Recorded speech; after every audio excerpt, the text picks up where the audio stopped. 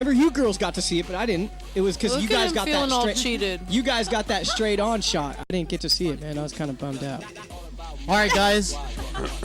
We're going to start the program. Hang tight. Everything you trying to do, we done. All about my squad. Everything you trying to do, we done. All about my squad. East side make the club go crazy. West side make the club go crazy. South side make the club go crazy. North side make the club go crazy. East side make the club go crazy. West side make the club go crazy. South side make the club go crazy. East side make the club go crazy. West side make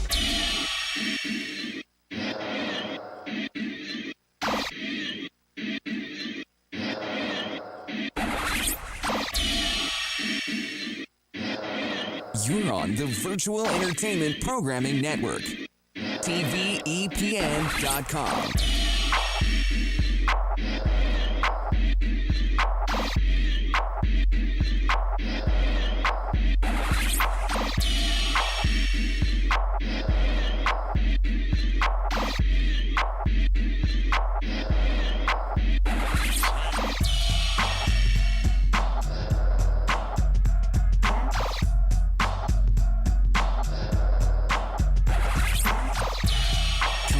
Live from TVEPN Studios, The Slam Show.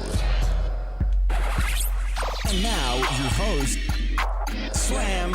What's up, party people? Welcome to another edition of The Slam Show for the week of October 20th, 2014.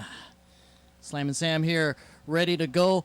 Actually, I am officially now on Facebook, Sam Maxian. Yes, apparently the NSA and all the freaking Big Brother stuff are cracking down on aliases being used on their Facebook profiles. And I was temporarily offline this morning. People were freaking out thinking that I blocked them or that someone spammed me. But no, it was the Facebook police saying, Mr. Slam and Sam, you got to change your name to something real. Something that's identifiable on some type of legal documentation, whether it's a driver's license, birth certificate, what have you. It has to be on there.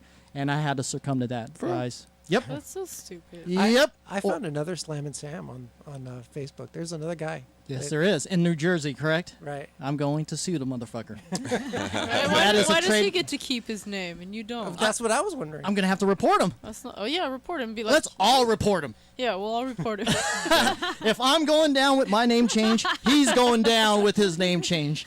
All Hey, right. wouldn't that be a trip if he was Sam Maxian too? Why do you have to push it? The last name is already a unique name as it is. I would be flustered if that was the truth.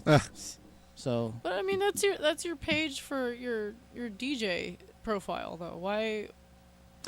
No, well, the fan page, they're going to leave that as is. It's just the actual personal profile that they want everyone to have actual legal names. Stupid. Yeah, it is. I told you should have put it in the parentheses. Well, it is. The slamming part is, but just you have to surround it with the regular first and last name. So whatever the case is, now you can search me and send me all kinds of spam stuff. So, hey, I got joined. Thanks a lot, Facebook Nazis. Exactly. Tell them Cindy. All right. Without further ado, I'll go ahead and have my co-hosting staff introduce themselves. I'm Lady Sage, and I'm not a Facebook Nazi.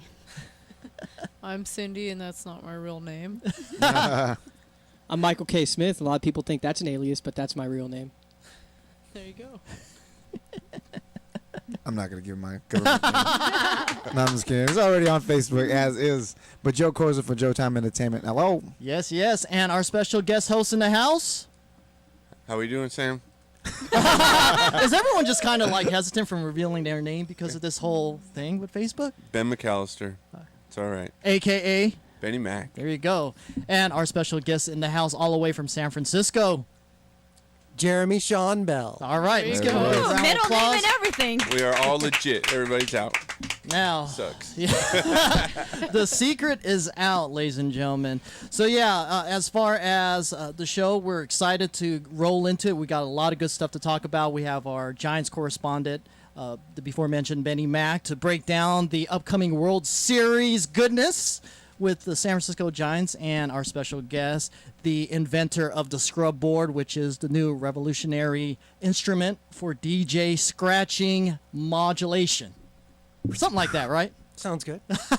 Yeah, there you go. Remember, we're going to work on this together after the show. TheScrubBoard.com. Go There- check it out. Yes, thescrubboard.com.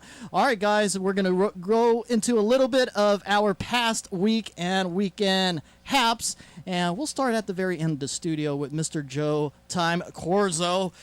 You had a little goodness on Saturday. Yeah. Yeah, over at the Shack Comedy Competition over at Tommy T's. Yeah, the All-Star Comedy Competition. That was awesome. Yeah.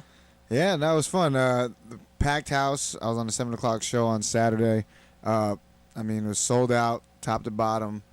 I mean, the energy was just amazing. Couldn't ask for a better crowd, better experience.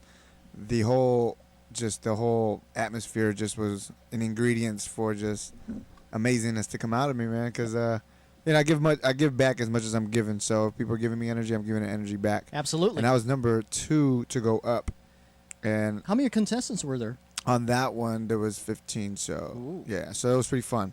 And then and it was just like top 2 moved on, and then people were saying you were number 3. I was like, I felt it because they did like this applause thing.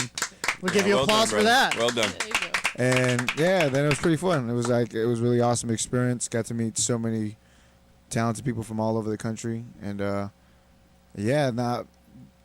just I keep listening to the audio of it just because how polished and my performance was. There and you just, go.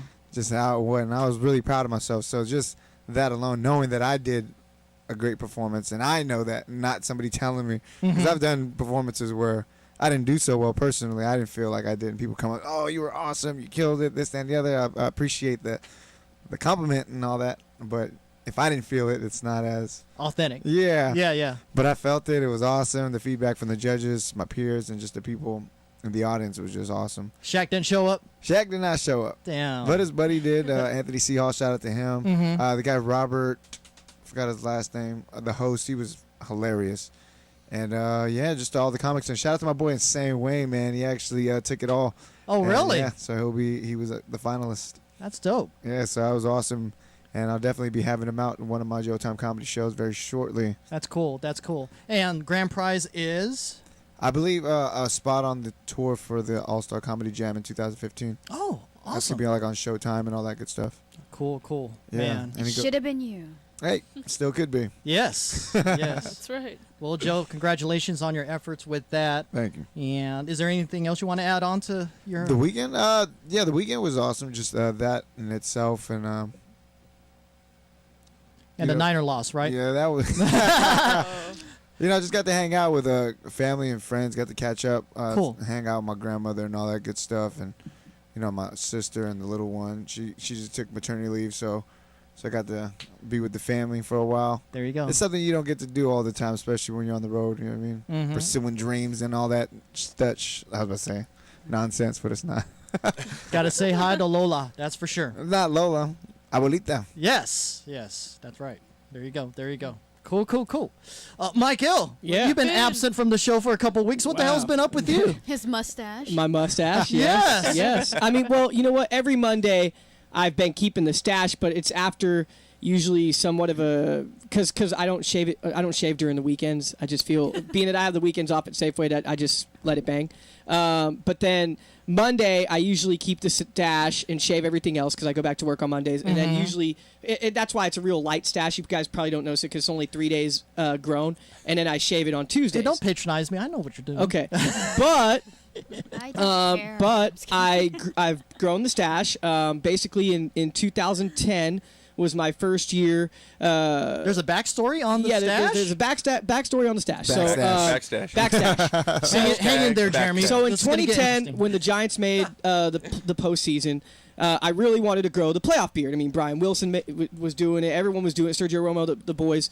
And I wanted to get in on the fun, but Safeway was Safeway police, kind of like the Facebook Nazis. Yeah. They Dress said, code has to be abided. Right. I can only have facial hair above the lips.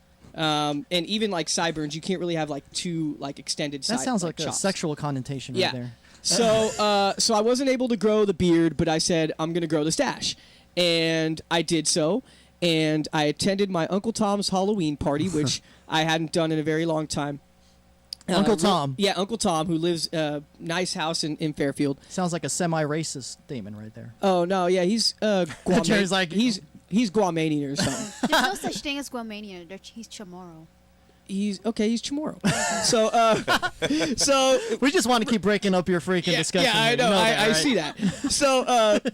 So regardless, I grew the stash out. They played the Rangers, underdog as it was. Stash is looking good. I dress up as an M&M, and What color? blue. Yeah. Not the green M&M? No, big blue M&M with a Nike headband and mustache. And the stilettos. No stilettos, Okay. man. No. Red bone. And the Giants won the World Series, all right? So then 2011, I didn't go to the party, okay? And because there was no postseason, I just didn't want to go. I was like bummed out that the Giants didn't make the playoffs. I just didn't go to the party. I don't know what reason I had for not going, but I didn't go. 2012, Giants get in the postseason again. Time to grow out the stash again because I'm still working at Safeway, okay? And I make an appearance at the party again for the first time in a long time. The M&M suit? Of course, no. I busted out another M-themed costume. I was Mario, Super Mario from Mario With the Brothers. stash.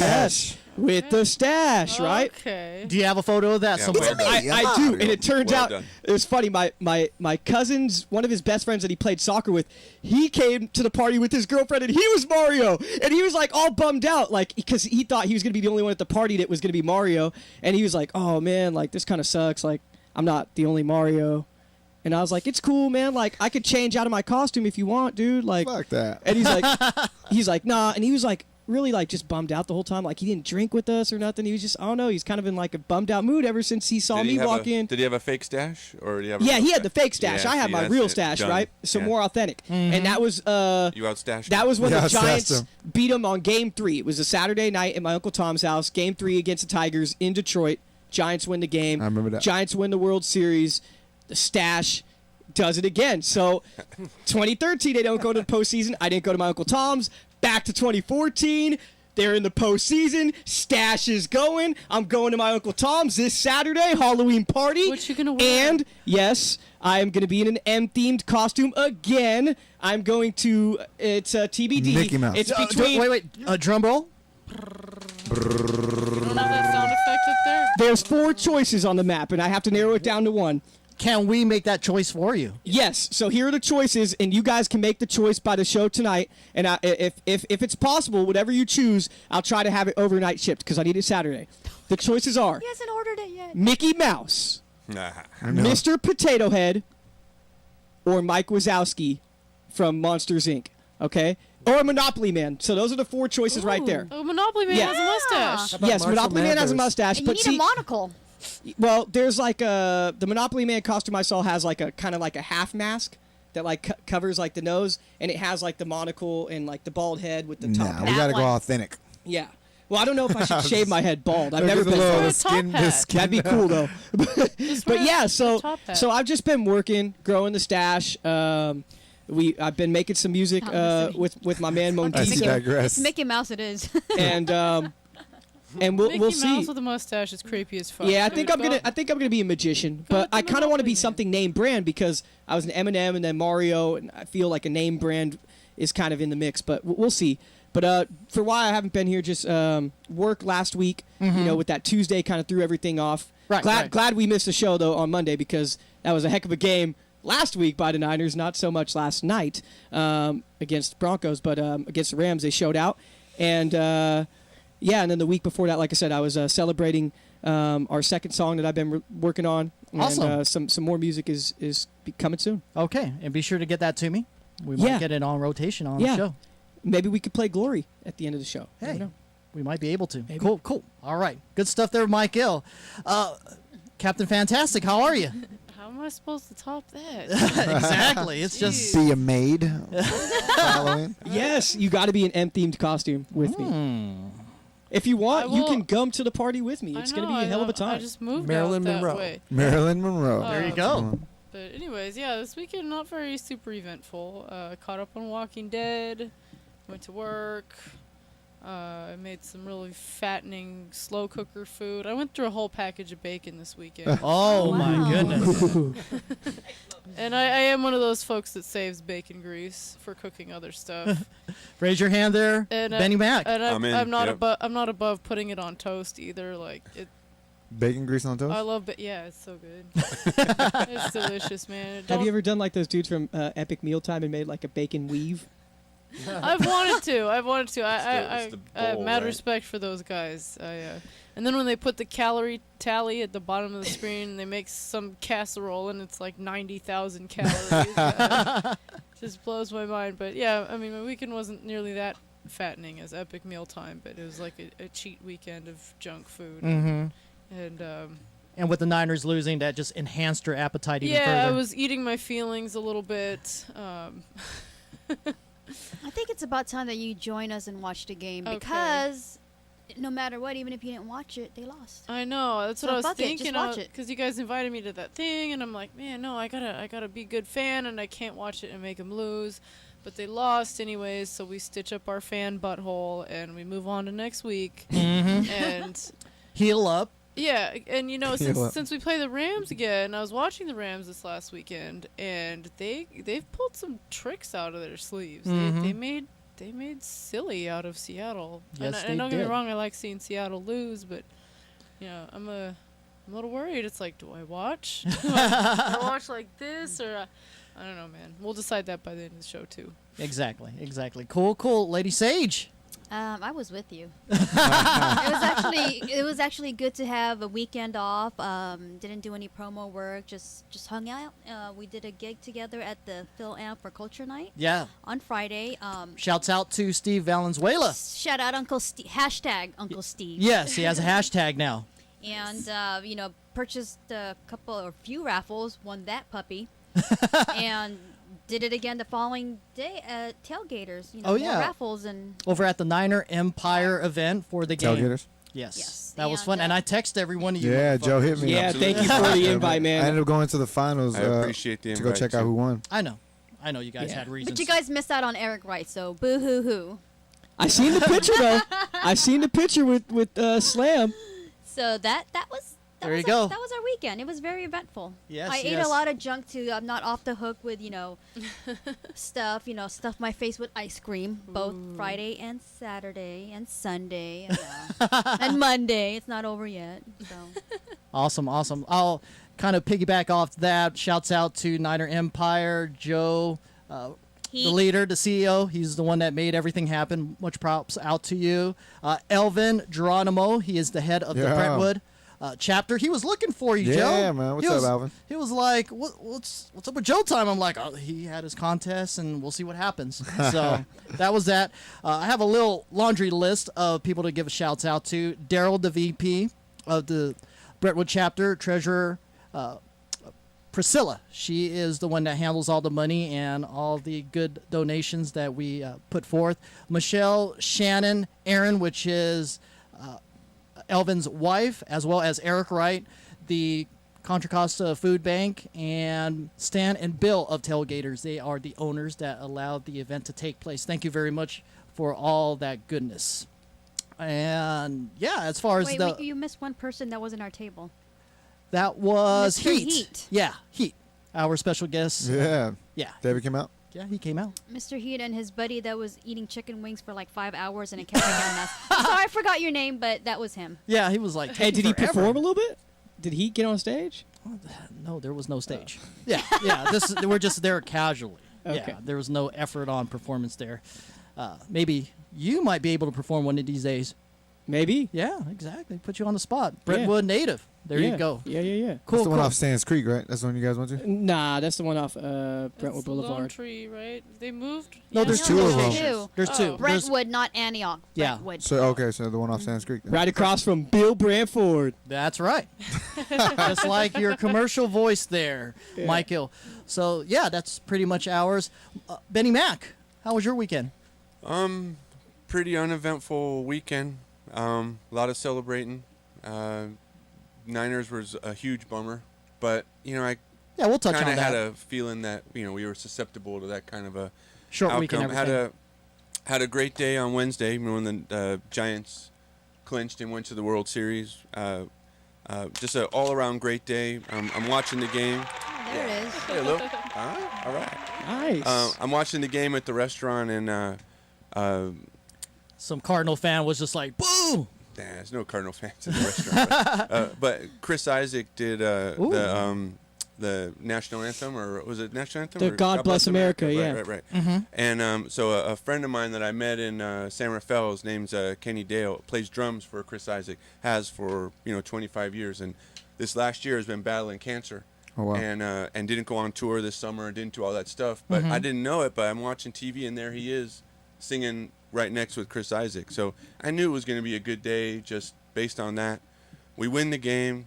The restaurant, I couldn't go. I had to work, and my buddies went and my tickets. But we win the game. Game's over. It's like 9:30 at night. I get a call at the restaurant.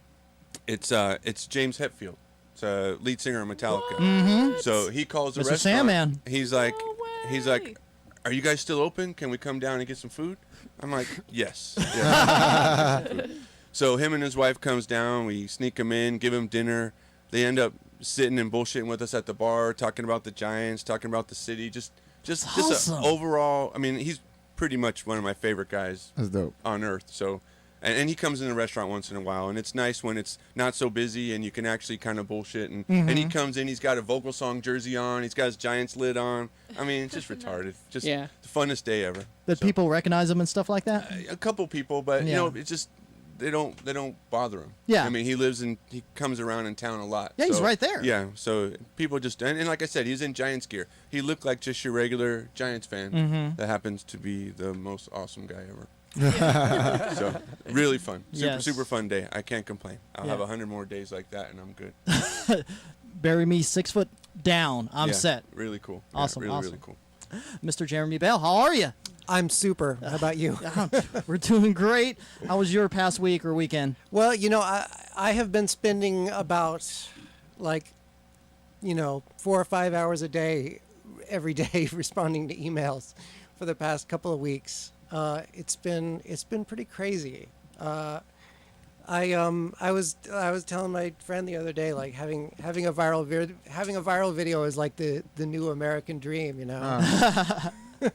I've been getting a lot of messages from all kinds of different people, and it's really cool. I mean, it's been really exciting. I get all these people with suggestions about stuff I should do. I've had companies contact me, and I don't want to snub anybody, so I have to respond to all of it, and it's very time consuming, but it's cool. I've been really excited.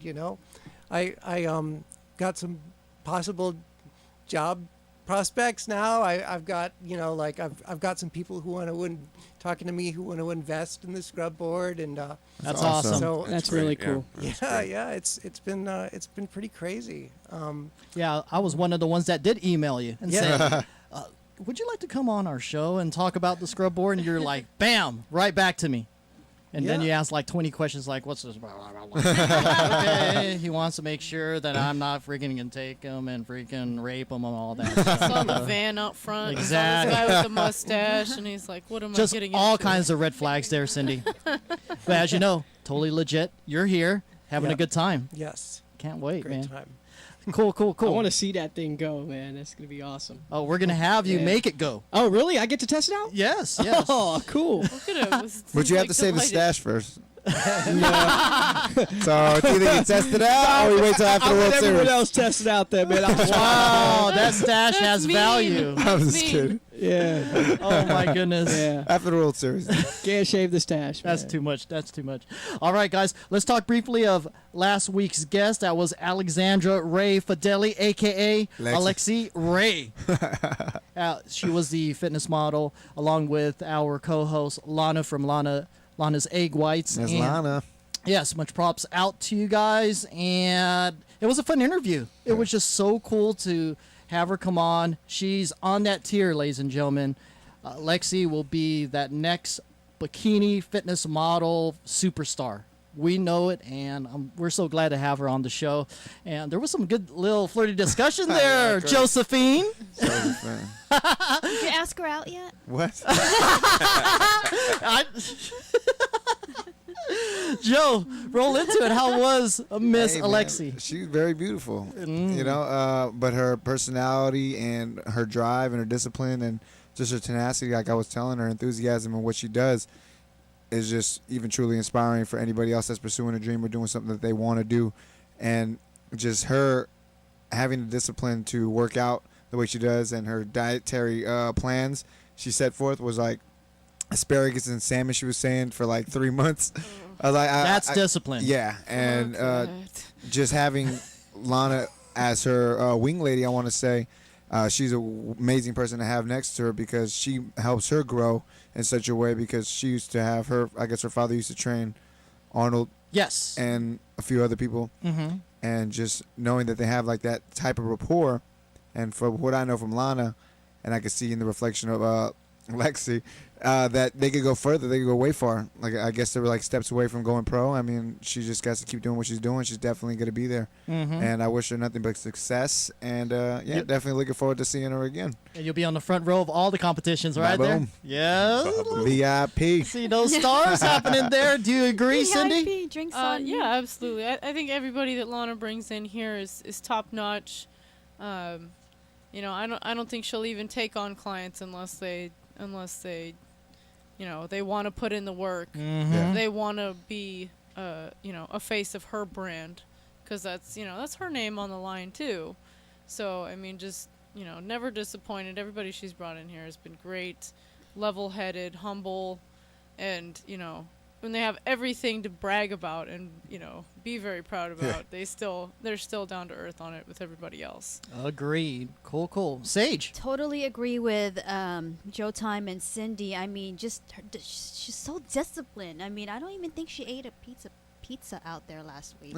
Yes. So it's props out to Davino's. Yes, it's definitely the discipline factor. And whenever she needs egg white, she just calls Lana on speed dial, like, I need it, I want it, you know, and she gets it. So, you know, definitely without the discipline, you know, she can't be pro. She cannot go to that next level. And she does have this superstition that she has to wear her lucky bikini, and I love that about her. You have to have that, you know, superstition.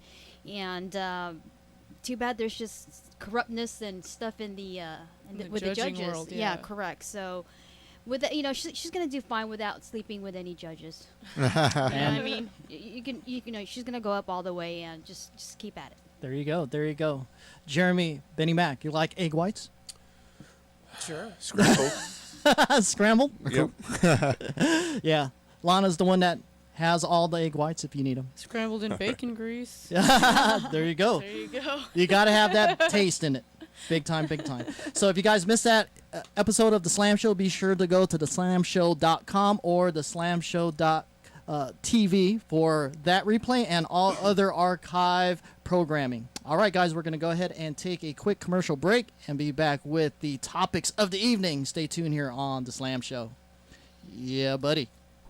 Ooh.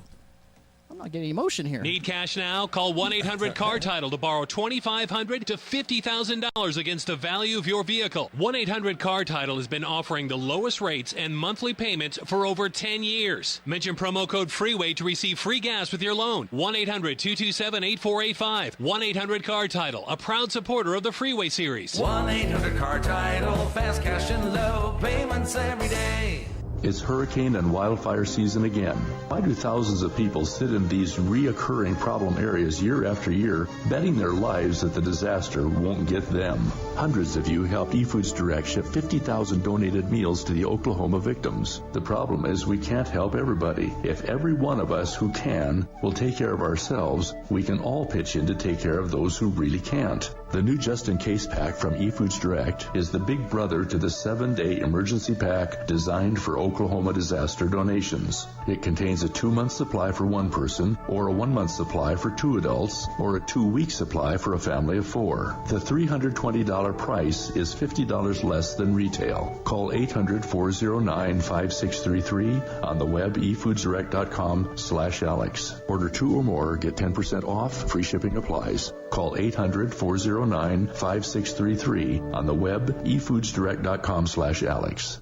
Protecting your home with a security system is a must. But when it comes to protecting your family, your home, and belongings, there's no need to sign a long-term contract. Listen, there is some real scum in the alarm business, cashing in by locking you into long, punishing contracts. Not with Simply Safe Home Security. They're the good guys. You can trust Simply Safe to protect your family.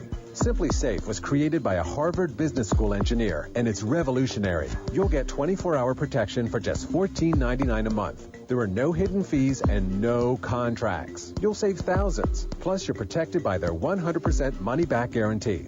Protect yourself against home invasions and break-ins. Order your Simply Safe system now and receive a wireless keychain remote, a $25 gift, free.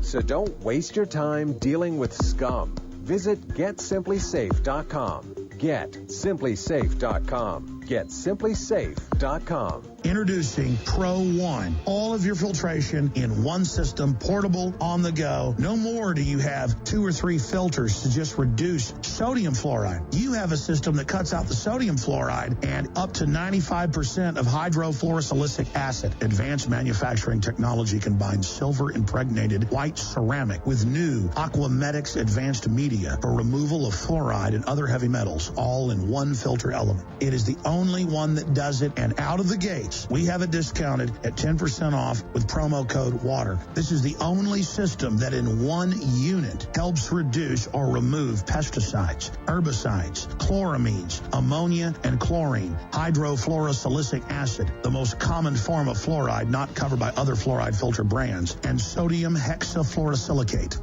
Get your Pro Pure with the new Pro One filter today at InfoWarsStore.com or by calling 888-253-3139. Taking a family of 5 to the amusement park can cost a small fortune. Oh, yeah. So to save some money, we thought, hey, let's bring the amusement park to us. Yeah. Go ahead. All right, step right up, young man. Are you ready to ride the wacky waterfall?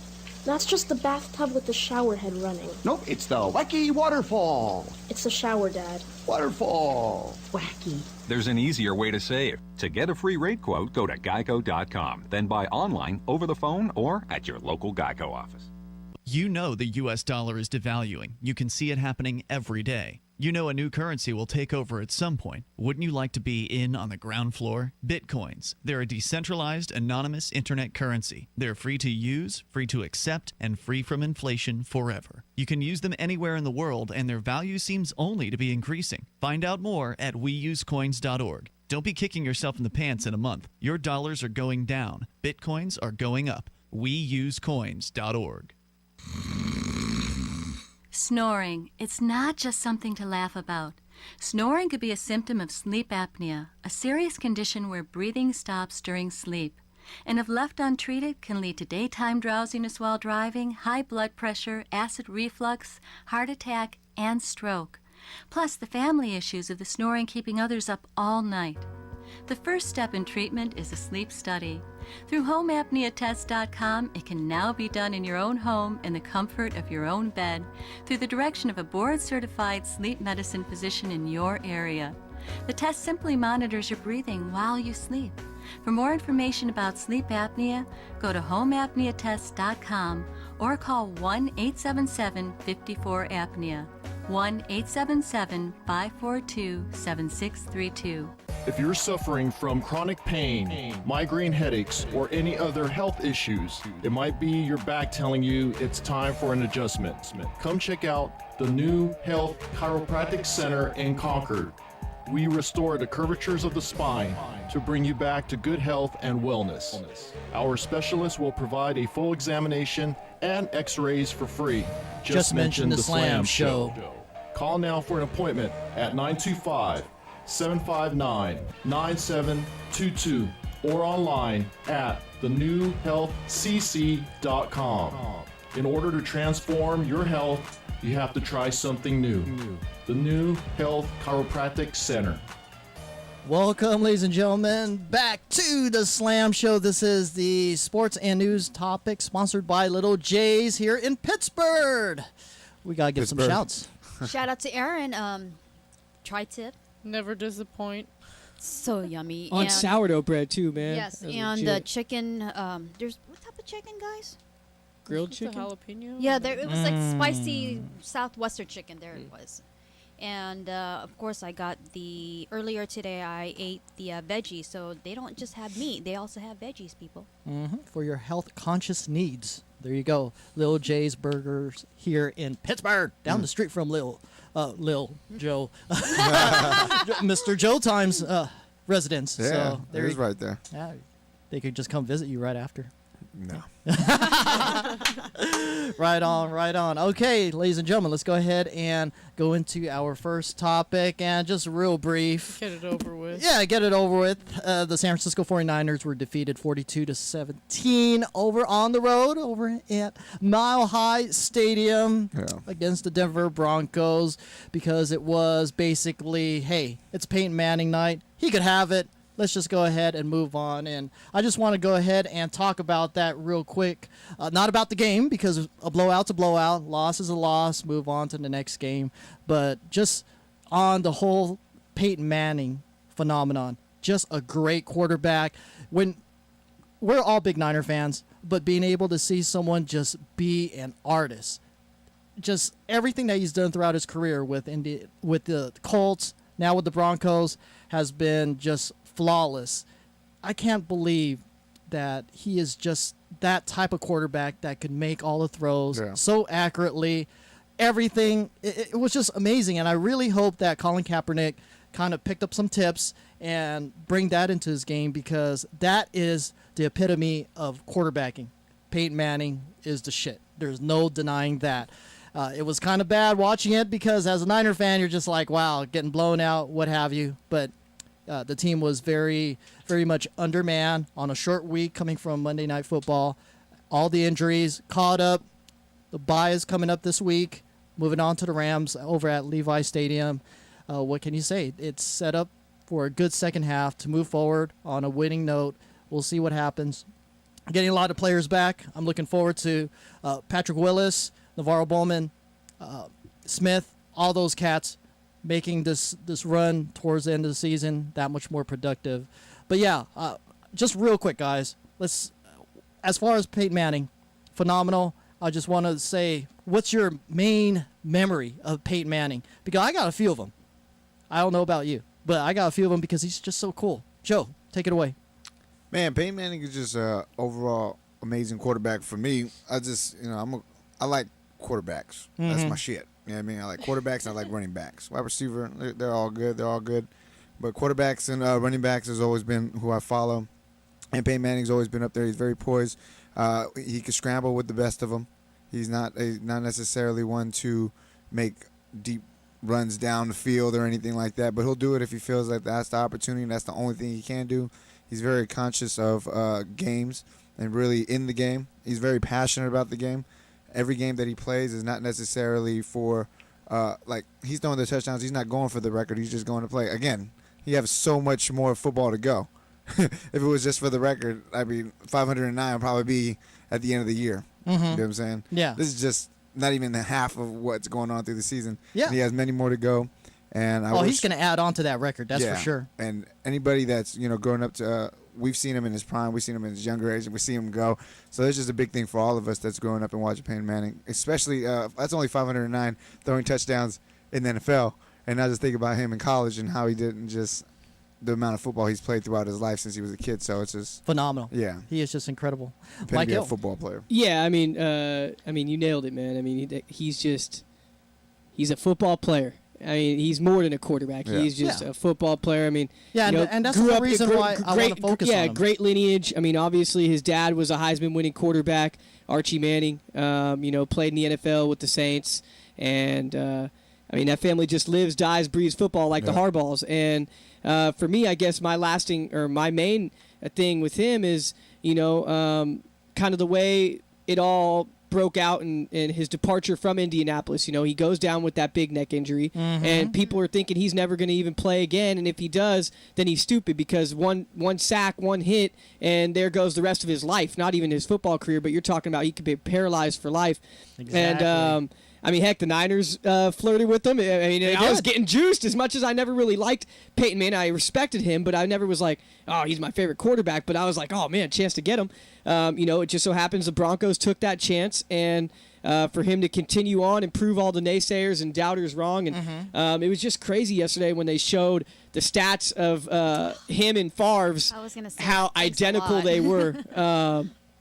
But, great guy. And even more than football, just the way he is, like, as a personality, like he's always funny in his commercials, him and his brother Eli doing the raps for DirecTV or the double stuff Oreo commercials. And, I've seen him broadcast games. I mean, I don't know what the guy's going to do when he retires. He could be a great broadcaster. He could be a great coach. He could be an actor. He could be an actor. I mean, the guy has potential, like they said last night on the broadcast, just a true ambassador to the game. Almost, I hate to throw around the Michael Jordan of football, because I think that Jerry Rice is the greatest player to ever play the game. Agreed. But as far as an ambassador to the game, as far as, like, if you ask anyone right now, women, kids, men, people that don't watch football, name me an NFL player, I'm sure that Peyton Manning would probably be, more than not the name that gets picked, even though Kaepernick might be high in the jersey sales. But I think Peyton's still number one right now in jersey sales. And he's just that guy that everyone, like I said, football fan or not, would say, he's the face of the NFL. So, well said. Ladies, would you agree? Absolutely, especially with the stats portion. I mean, Favre already retired, and Payne could still outscore that. He still needs a couple more Super Bowls to pass Montana, though. I wouldn't say he's the greatest quarterback of all time. Yeah, he played well into his 40s. So I mean, Manning could go like. Yeah, how old is he? Beat his record into that too, and I saw their highlight reels side by side. I was about to say 38. Yeah. 38. Okay, yeah. So I mean, he's getting. He's got a couple more years left. Yeah, he's got a few years left. He's not. Give a little tap on the mic there. I think it's kind of cutting out a little bit. There you go. Just really quickly, I think the only asterisk I would say, and it's nothing against him, but he's benefited from just having great lines wherever he goes too. I mean, it's not like you have to have the protection. Yeah, I mean, Denver pretty much Taylor, built their offensive line, went and got into players for him, and even in Indianapolis, so little asterisk there. But I mean, I guess all the great quarterbacks on all great teams will have great lines. You have to add a little bit on there, Benny Mac. Well, just to kind of piggyback on that, I mean, I don't know. I think Peyton's been pretty incredible to watch, and I think when you look at a guy like Marvin Harrison or Reggie Wayne, I mean, he made those guys. Yeah. You know what I mean? And they did have a nice offensive line, but they never really ran the ball. James ran the ball a little bit. He's has the best receiving core he's ever had now, and look what he's doing. I mean, opening day last year when he threw 7 touchdowns or whatever. That was freaking incredible fantasy points. I mean, totally. But 7 TDs. Great guy. You know what I mean? Just good guy. You root for him. Exactly. I wish he won more Super Bowls. I rooted for him every time he played. I wish he would have won more Super Bowls, especially against the stupid Seahawks. But and when you bring in Colin Kaepernick in the conversation, I think when you look at Peyton Manning, I think sometimes Colin Kaepernick worries about having a 6-pack more than he worries about studying the game and doing all the things that Peyton Manning needs to do. Well said. Great point. And Peyton Manning just studies and studies, and he's good because he works his fucking ass off. That's why he's good. I mean, that's the thing. You see Kaepernick after a scoring drive, and he's kind of there, congratulating with the buddies. The hat on, tilted to the side, kind of drooped down where you could barely see his face. And like they said with Peyton, I mean, he scores a touchdown, and right away he's looking at the plays, dissecting it, and ready for the next drive. Back to do another one. Cap needs to start doing that, man. Everybody needs to. Yeah. Agreed. Wouldn't the Niner organization would have been a lot different if they took in Peyton Manning? Because remember, they had interest, correct? They did briefly, but he decided to go to Denver, and that was that.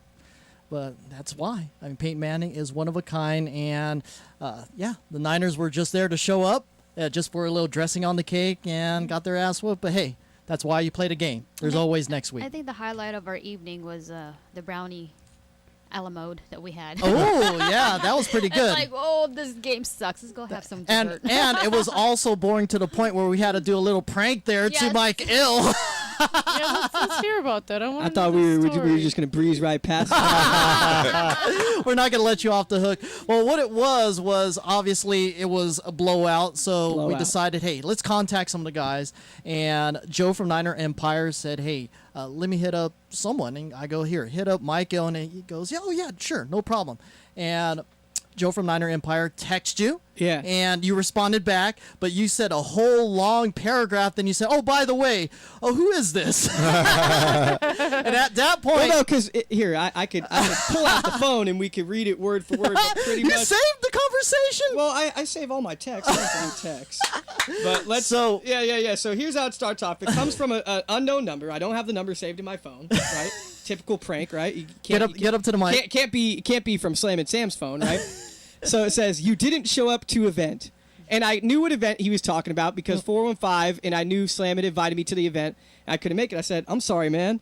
I had to work until 5 p.m. today. My dad met me down here in Dublin. We're watching the game together. I would have loved to be there, though. Are you guys having a good time? By the way, whose number is this? And then at that point, Joe showed it to me. I go, it's on. He goes, are you sure? I go, yeah, go ahead and lead him on. And there you have it. This is destiny. I was on the show with you. Slam Show and Uptown Lounge in Brentwood.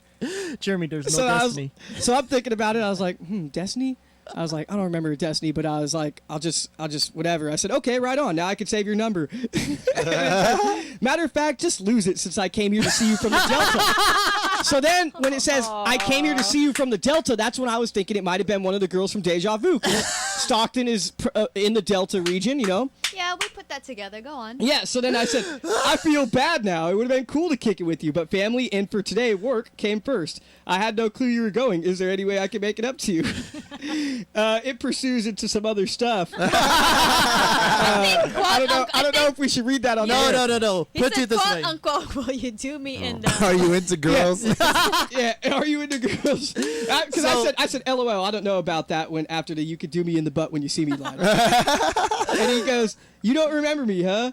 And he says, are you into girls? I said, not really to, I don't remember you. And then said, yes, I'm into girls. He said, well, we were on the show and you asked me what person I would want to meet dead or alive. So then now I'm starting to think, okay, like, what could it be? And normally, like, I don't ask those questions. Like, those are the kind of questions that Slam and Joe would ask for, like, the... it didn't connect there. So I was like, and what was your answer? Because normally Joe and Slam ask those questions. Was it Bernie Mac? Because now I'm thinking it was that one comedian guy who was fucking with us that said Bernie Mac. Remember we were all thinking he was going to say Michael Jackson? Yeah. Or was that was Ramos, huh?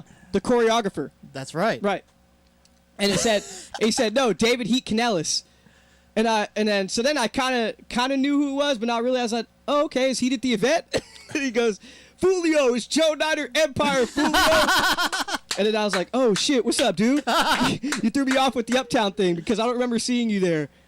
And I forgot that you went by Destiny on the show. I just remember you as Niner Empire Joe. He goes, I never went by Destiny,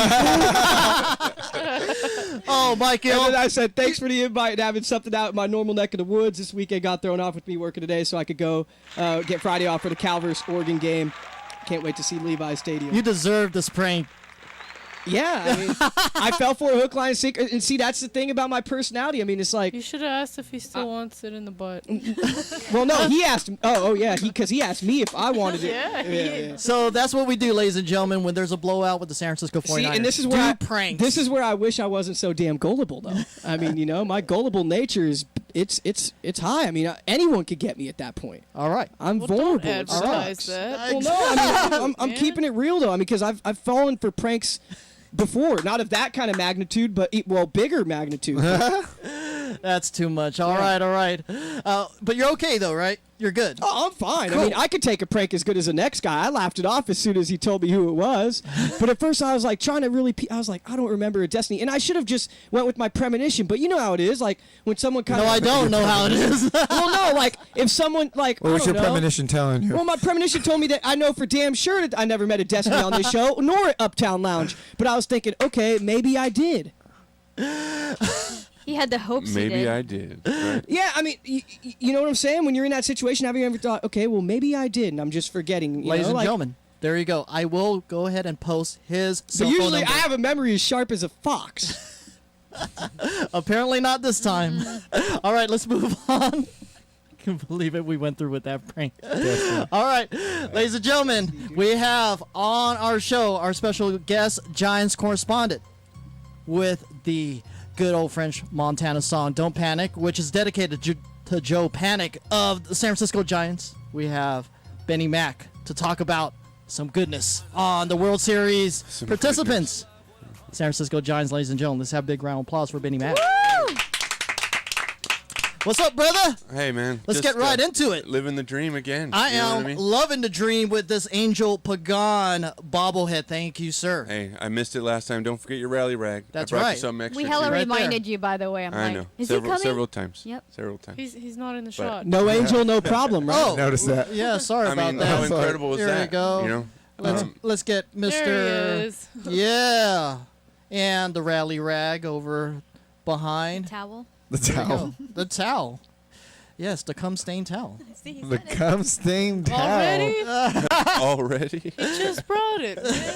but hey, really though, I want you to touch into that though. The no Touch angel, into the it. no angel, no problem. Because I mean, if people would have thought for sure postseason without Angel Pagan, it's going to be a tough one to get out of. You know, with Blanco in there and his Well- normal inability to come up with the big hits. But he's Let's let Benny Mac talk. I was gonna mute him. I mean, he got hot at the right time. Blanco got hot at the right time. I mean, your season comes down to a week, you know, and it's like, who's going to get hot? You know, look what happened to Kansas City. You know, they got super hot. They haven't played a week like that all season. They haven't hit that many homers, haven't done that. Blanco getting on, Panic batting second. You know, Posey's on fire like he always is and Panda, they go nuts every time in the postseason. I can't explain it, but they got that kind of chemistry. They got that kind of group of guys. They go out, they do the little things. They work hard for each other. It's the stuff that, you know, you look at the Dodgers, you look at the big payroll guys. They're not willing to do the little things to get it done. You know what I mean? Matt Kemp's not going to hit a ground ball to second to move the guy over from second to third to win the game. He gets paid to hit home runs. That's what he wants to do. Yasiel Puig's going to be more interested in flipping his bat and looking cool and doing all that instead of really focusing. It's like the Peyton Manning, Colin Kaepernick argument. And our guys are just willing to do whatever you ask them to do. I mean, Bochy, every guy on this roster right now has a plan from Bochy. He's on the roster because he's got something that Bochy has sat down and said, here's how I'm going to use you. Be ready. Because when it's this time in this game, you are coming in and this is what you're going to do for us. And everything is so perfectly orchestrated. It's just, I mean, I don't know how to describe it. You know, I mean, it's just, there are very few teams that have that kind of chemistry. And look at Kansas City, another small market team, gets hot at the right time. I don't think they're even in the same neighborhood as well coached as we are, but they do the little things. They steal bases. They hustle. They play the game. There's no ego.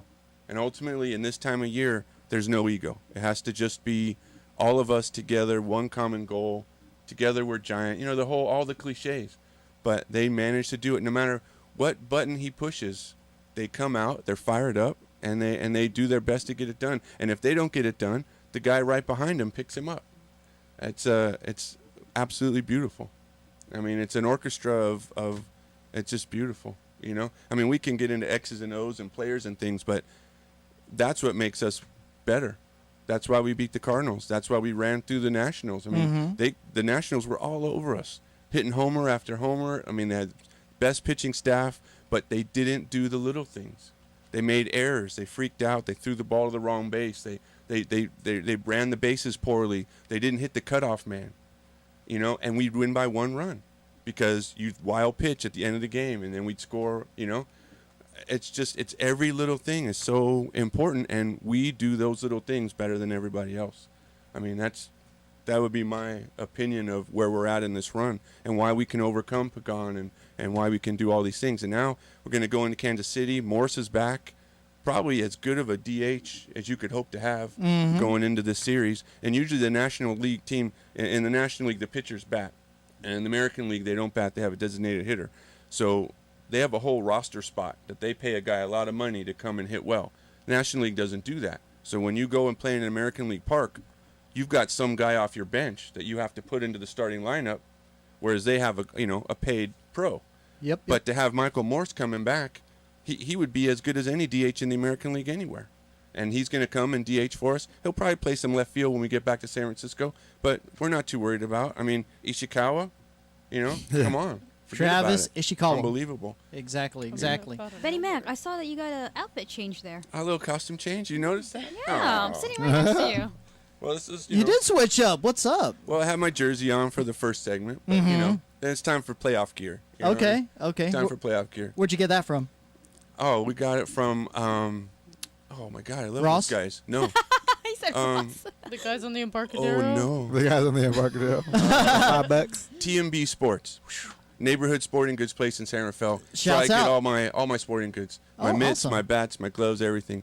TMB Sports, and they take good care of me. So I actually went down in there today for the show and got my shirt for the show. Just that exclusive appearance. That's And what does it say? I can't see something. Always October. Always October.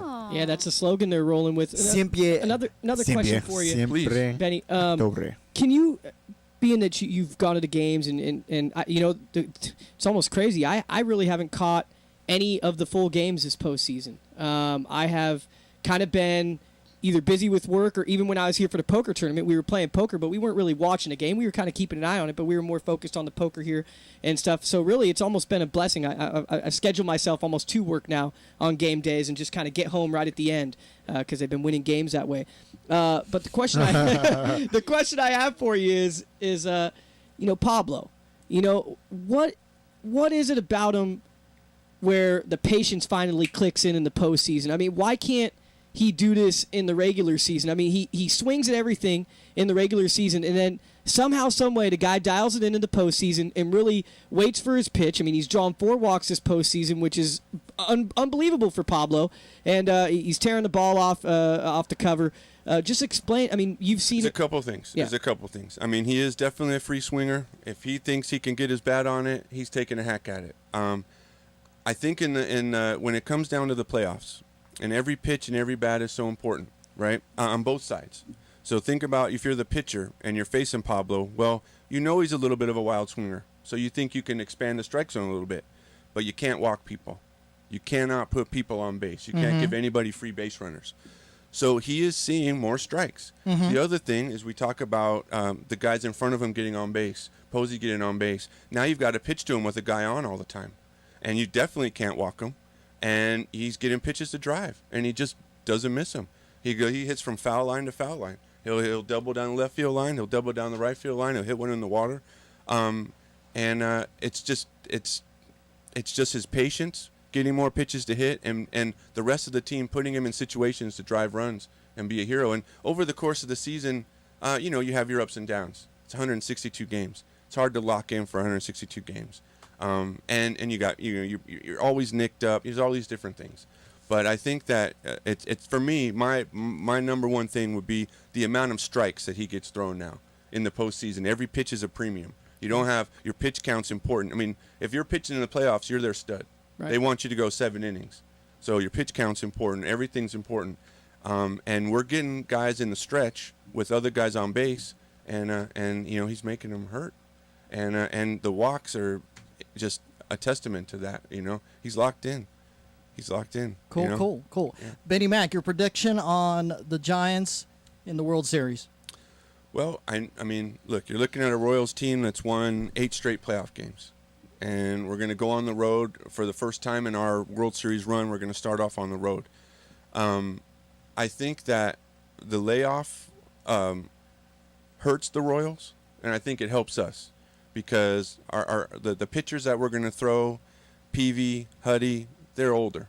They need more time to recover. This is going to make them come back fresh, and they're professionals. They know how to keep in shape. They know how to keep themselves going on a layoff. Right. I think the Royals were hot, and having this layoff, I think is going to hurt their momentum a little bit.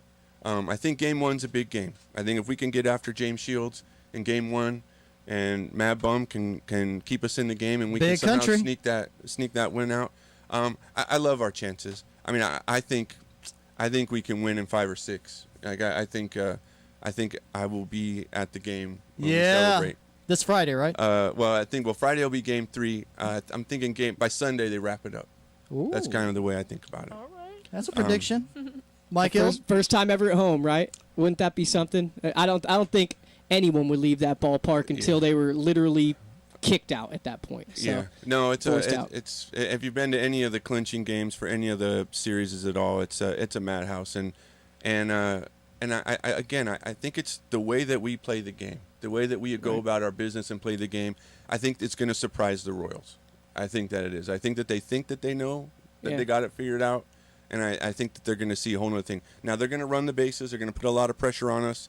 I know that the pitchers are working on quicker delivery times and doing all that stuff, and Buster can throw a little bit, but I just think our overall game is better than their overall game. Awesome. Cool. Let's have a big round of applause for Benny Mack and his Giants observations.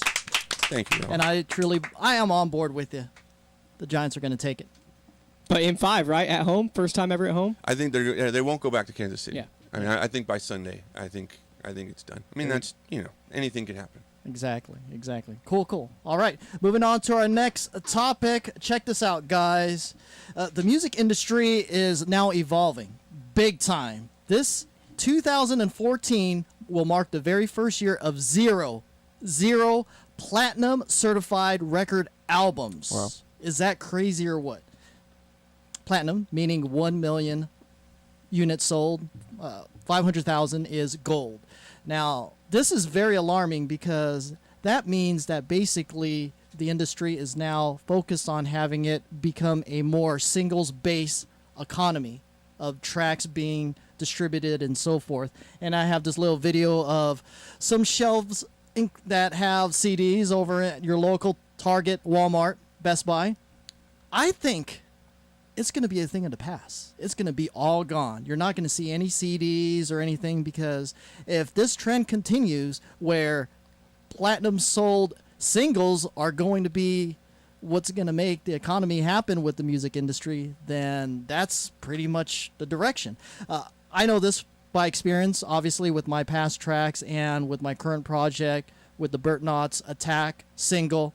We were working on a full album, 15 tracks, and put it out at the end of the year, but we had to kind of step back and realize, hey, the album doesn't make any difference anymore. It's about selling the singles and selling that at a high volume. So that becomes more of a strategic thing, how you're going to approach making music from this point on, because the whole key of making albums is to make money. You have those 1 or 2 cool songs, and the rest of the album, we all know this, is a piece of garbage. It's just to sell that $15 CD. If we're going to have just singles, there's no need to spend $15. It's just 99 cents off of iTunes. So I'm going to direct this to Jeremy Bell, because he is an artist and in the industry, and we're kind of connected with the whole turntable stuff. Where do you think the whole music industry is heading with the idea of the sales of albums not happening anymore?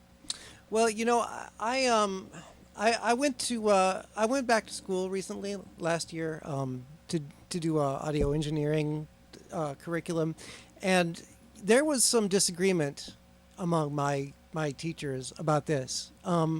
I mean, some teachers were really lamenting how the record industry is going through so much upheaval, and how record sales are dying, and but I remember I had one teacher in particular who really felt like it was being exaggerated, and I remember I wish I could remember the exact statistic, but I remember she showed us these charts and stuff and said, look at this, that the record industry is doing fine.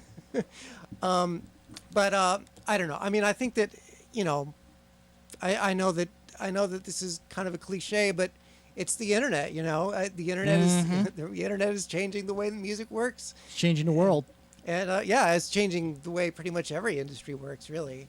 And we can opine for the way things used to be, but it's not gonna go back to the way it was. So we might as well just accept it. I think it is kind of. I would be sad if full record albums died, because there are great albums, but I mean it might. I don't think they'll ever die completely, but I think it's entirely possible that it'll be. Empty shelves. Much more about the singles, more about downloading MP3s, from iTunes or just getting them for free on torrents. Ooh, there you go. Yeah. The bootleg style. Yeah. I totally think that artists deserve to be paid for their music. I mean, I have a lot of when I was in audio engineering school, I knew a lot of people who said music should be free. Why can't it all be free? And I was just like, well, why not just make everything free then? Why don't we just walk into stores and just take whatever we want? Yeah. Good point. Who's gonna pay for it? Exactly. Well, I know everyone wants to chime in on this. Real brief, starting at the back. End of the studio, Joe time. Hello. Man, dude, that's really upsetting to hear, but don't get mad. Be glad. And for me, I mean, growing up, I used to love listening to certain albums. Like my favorite albums, like Linkin Park was one of my favorite albums of all time. And you strike me as a Mac Dre only type of guy. Mac Dre as well. Mac Dre albums were all good as well. So was what was I? See, you got me all. What am I trying to get at? So basically what I'm trying to say is that there's a lot of albums that I've listened to because certain things would have singles, and the singles would bring me into it. But there were certain songs that were in the actual album that would even shine better. Like, man, that could have been a single. That could have been a single. Mm-hmm. But not only that, it always told a story. Like Kendrick Lamar's album that came out, I mean, that was awesome. And the story that is told and everything comes down as a storyline. Yeah, they connect skits and everything. Yeah. And just having those little interludes and all those good things.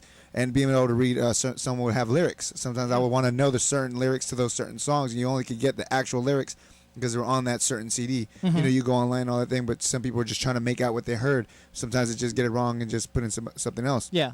But to have that, listen to the song, actually have that physical, paper, and I'll have like a poster, and I'll post it on my wall. I mean, just a bunch of things that came with it, and it was something you could hold. There's something that was physical and tangible. Mm-hmm. Nowadays, you have everything online. I mean, just the audio in itself and just the sound of the audio direct from the CD is way more cleaner than you would hear from any audio coming out of the computer in itself because it's dubbed so many times by how many people are burning it and just all these things. So the quality just goes to shit. But for the most part, just having the album itself, I mean, if they were just to make it a little more cheaper than making it $15 than what it was, probably that would be a definitely, and really push it in a certain way. It's like, on this album, you'll have this, or this is what comes with it. They don't care about that because they'd rather get the quick cash, the quick money, and anything of that sort, and push all the other marketing tools. So just hearing the certain singles, I mean, that only goes so far. But the album itself is legendary. That's the thing that lives longer. I mean, that's how Eminem got as further as he can, because he'll come out with Slim Shady, but that wasn't who he was. It wasn't, the real Slim Shady song when that came out. Yeah. He put that out just as something so he could draw in the people to listen to his actual album. Exactly. And if you go deeper into the album, who he truly was as a lyricist, as a storyteller, and who he was beyond Slim Shady. He introduced Marshall Mathers, and he introduced himself in there. So it was just like, wow. And even if you didn't have that, you wouldn't even know who Kanye was and his development, how he grew from Graduation Day to Reinstatement, just all these things. So there's so many things that albums have to do and play in a part of somebody's success as an artist, as opposed to just the song being played and just a person singing it. Well said. Well said. Mike Hill. I think Joe Time touched on it. Mainly, I think of art when I think of the albums, just the chance to not only visual art from the covers, and I definitely enjoyed the ones with lyrics. I mean, one of my favorite all-time albums was TLC, Crazy Sexy Cool. I mean, that album is definitely in the top 3 of albums of all time. You could put that against any era. I'd say it's right there with Michael Jackson, Thriller, and Dr. Dre, 2001, The Chronic. But yeah, art, and then like you said, the songs that, of course, in that TLC, Crazy Sexy Cool, we all heard Waterfalls, and we all heard Red Light, but there was Kicking Game was a great hit. Yeah. And Let's Take Our Time is one of my favorite songs of all time, or like Madonna and her albums. I mean, Bedtime Stories is kind of one of those albums that like no one really thinks about, but that one had a lot of good songs on it. And yeah, so it is kind of sad. I mean, but it's the way it is. Like my man Jeremy said, Joe Time mentioned it as well. Internet's changing everything. Everyone's all about instant gratification. No one's willing to be patient and just sit and listen to a whole thing. It's like one single and everyone's using that as their party anthem or whatever to get going, and a million downloads, and they just want that. They I don't know. It is a shame though. I mean, I hope that it doesn't, like Jeremy said, I hope it doesn't go all the way. Like completely, where you don't even see albums on shelves anymore because there are none. I hope that some people will still kind of be outlaws, I guess, and still make full albums, you know. On the black market, maybe. Yeah. But no, Okay. it definitely not good news. It's sad more than anything else. Agreed, Cindy? I'm going to sound like a total snob here, but I think the only good thing that'll come out of this, it'll separate artists from pop stars, and it'll separate people who know and appreciate good music from the dumb masses. Yeah.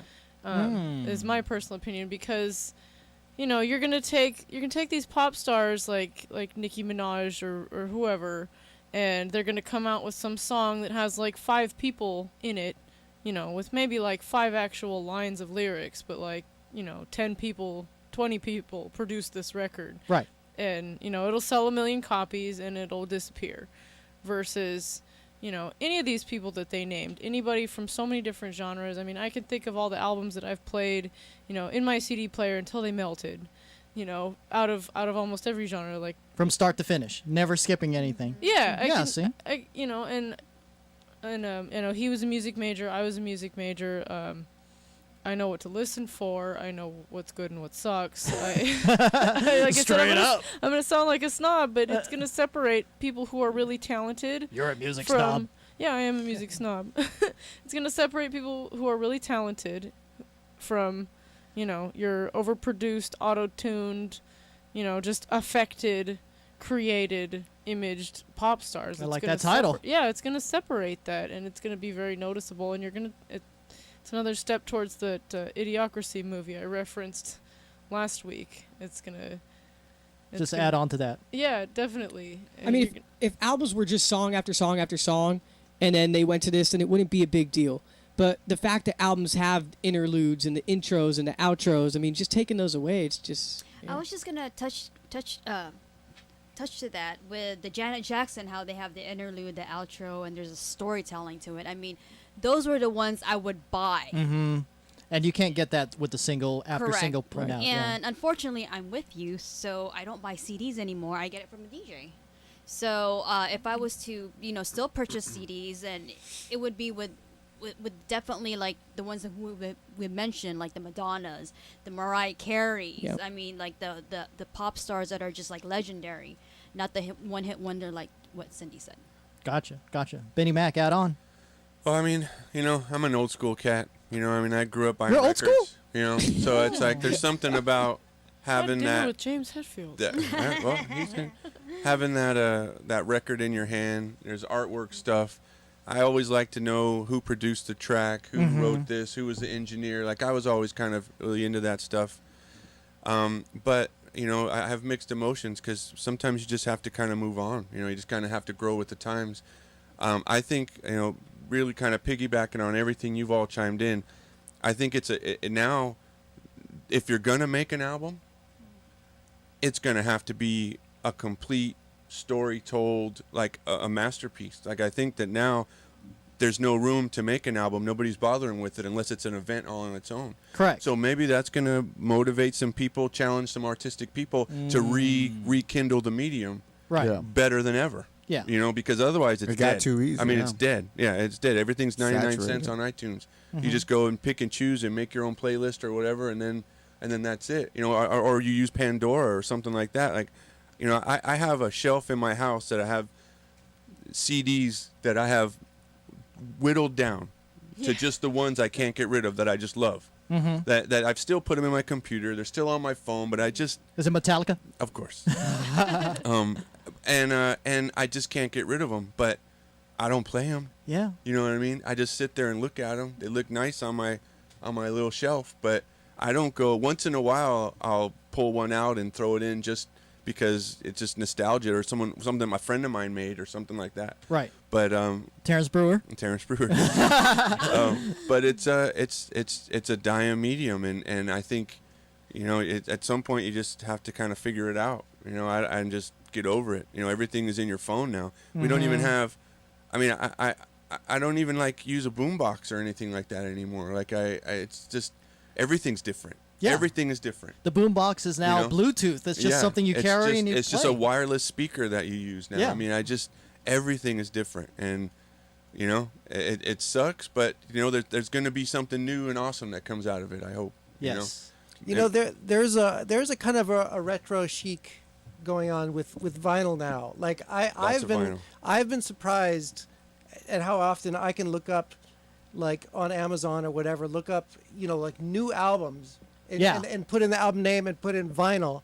And sure enough, it's available on Lots of vinyl. guys. Hundreds of them, Yeah. Labels are still manufacturing vinyl on a very limited basis, especially for the new tracks now, and it's mainly on alternative and rock and genres. So just to close out the topic, everyone's points are well taken, and hopefully there are going to be artists and the major labels that are backing good produced albums which have a storyline, which you have to get it, because you're missing out the interludes, the skits in between. That's what they need to address, not single after single after single, because honestly, that's what's going to drive the whole industry downward. I just want to also add to that. We went, record shopping to That's Rasputin's and Amoeba, and we saw box sets, and we were like, ooh, wow, how come we've never seen this before? I mean, those are the stuff you're going to miss out on if you're just going to go into the digital age. I mean, like, remember Agreed. that Justin Timberlake? I'm like, wow, I want that one. Yeah, and it was really nice. It was a box set. It was all It was gold. like Yeah. like. It was awesome, yeah. How much was it? Like 60? Yeah, $60. Yeah. But Was it that was for his last album? Yes. Okay, because Justified, that's another great. I mean, all It's his a box set. all It's his albums have been probably- awesome. It's probably all the albums combined. Oh, okay. Yeah, See, that'd be awesome. it's a box Yeah, that'd set, be really cool. Discography. Yeah. Yeah, it was cool. So yeah, overall, let's have the industry kind of unify itself and just make better product. And at the end of the day, we're gonna have good music and still have albums at Target and Walmart and Best Buy. There you go. There you go. There's Those still are the big three. There's still a Best Buy? There is, ladies and gentlemen. All right, guys, we're going to go ahead and take a quick music break and be back with our special guest, Mr. Jeremy Bell, with his invention called the ScrubBoard. You do not want to miss this because we will be playing it live on the air. Woo! Can't wait. Everyone hang tight here on the Slam Show.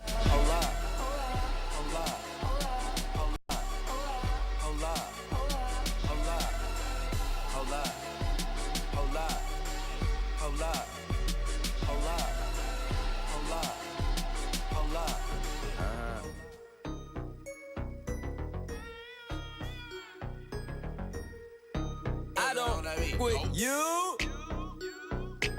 you little stupid and game with you. You little dumb and I ain't with you. I got a million trillion things I'd rather do than to be with you. Little stupid and I don't give a. Look, I don't give a about you or anything that you do. Don't give a about you or anything that you do. I heard you got a new man, I see you taking the pic. Then you post it up, thinking that it's making me sick. I see you calling, I be making it quick. I'ma answer that shit like I don't with you. I got no feelings to go. I swear I had it up to here, I got no ceilings to go. I mean for real, how you feel? Get 2 cents if it ain't going towards the bill. Yeah, and every day I wake up celebrating.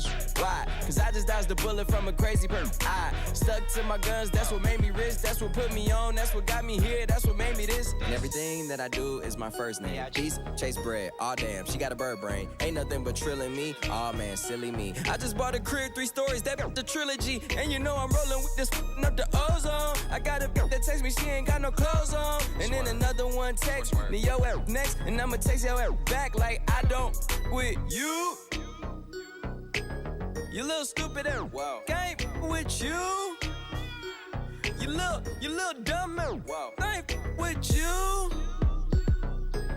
I got a million trillion things I'd rather do than to be with you.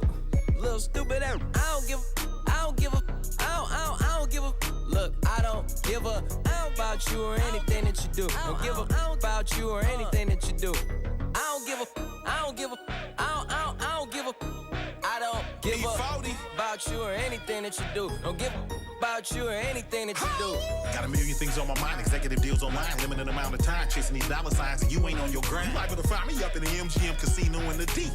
Enough fatty I could have put on property. From the bay to the murder writ, my put remission, she choosing, that's her decision. Free my in prison, on the phone with a who can't do for a pimp, but make a hella rich. Got a Am I dental? Blowing hemp in a rental. On my way to Sacramento, late night, Arsenio.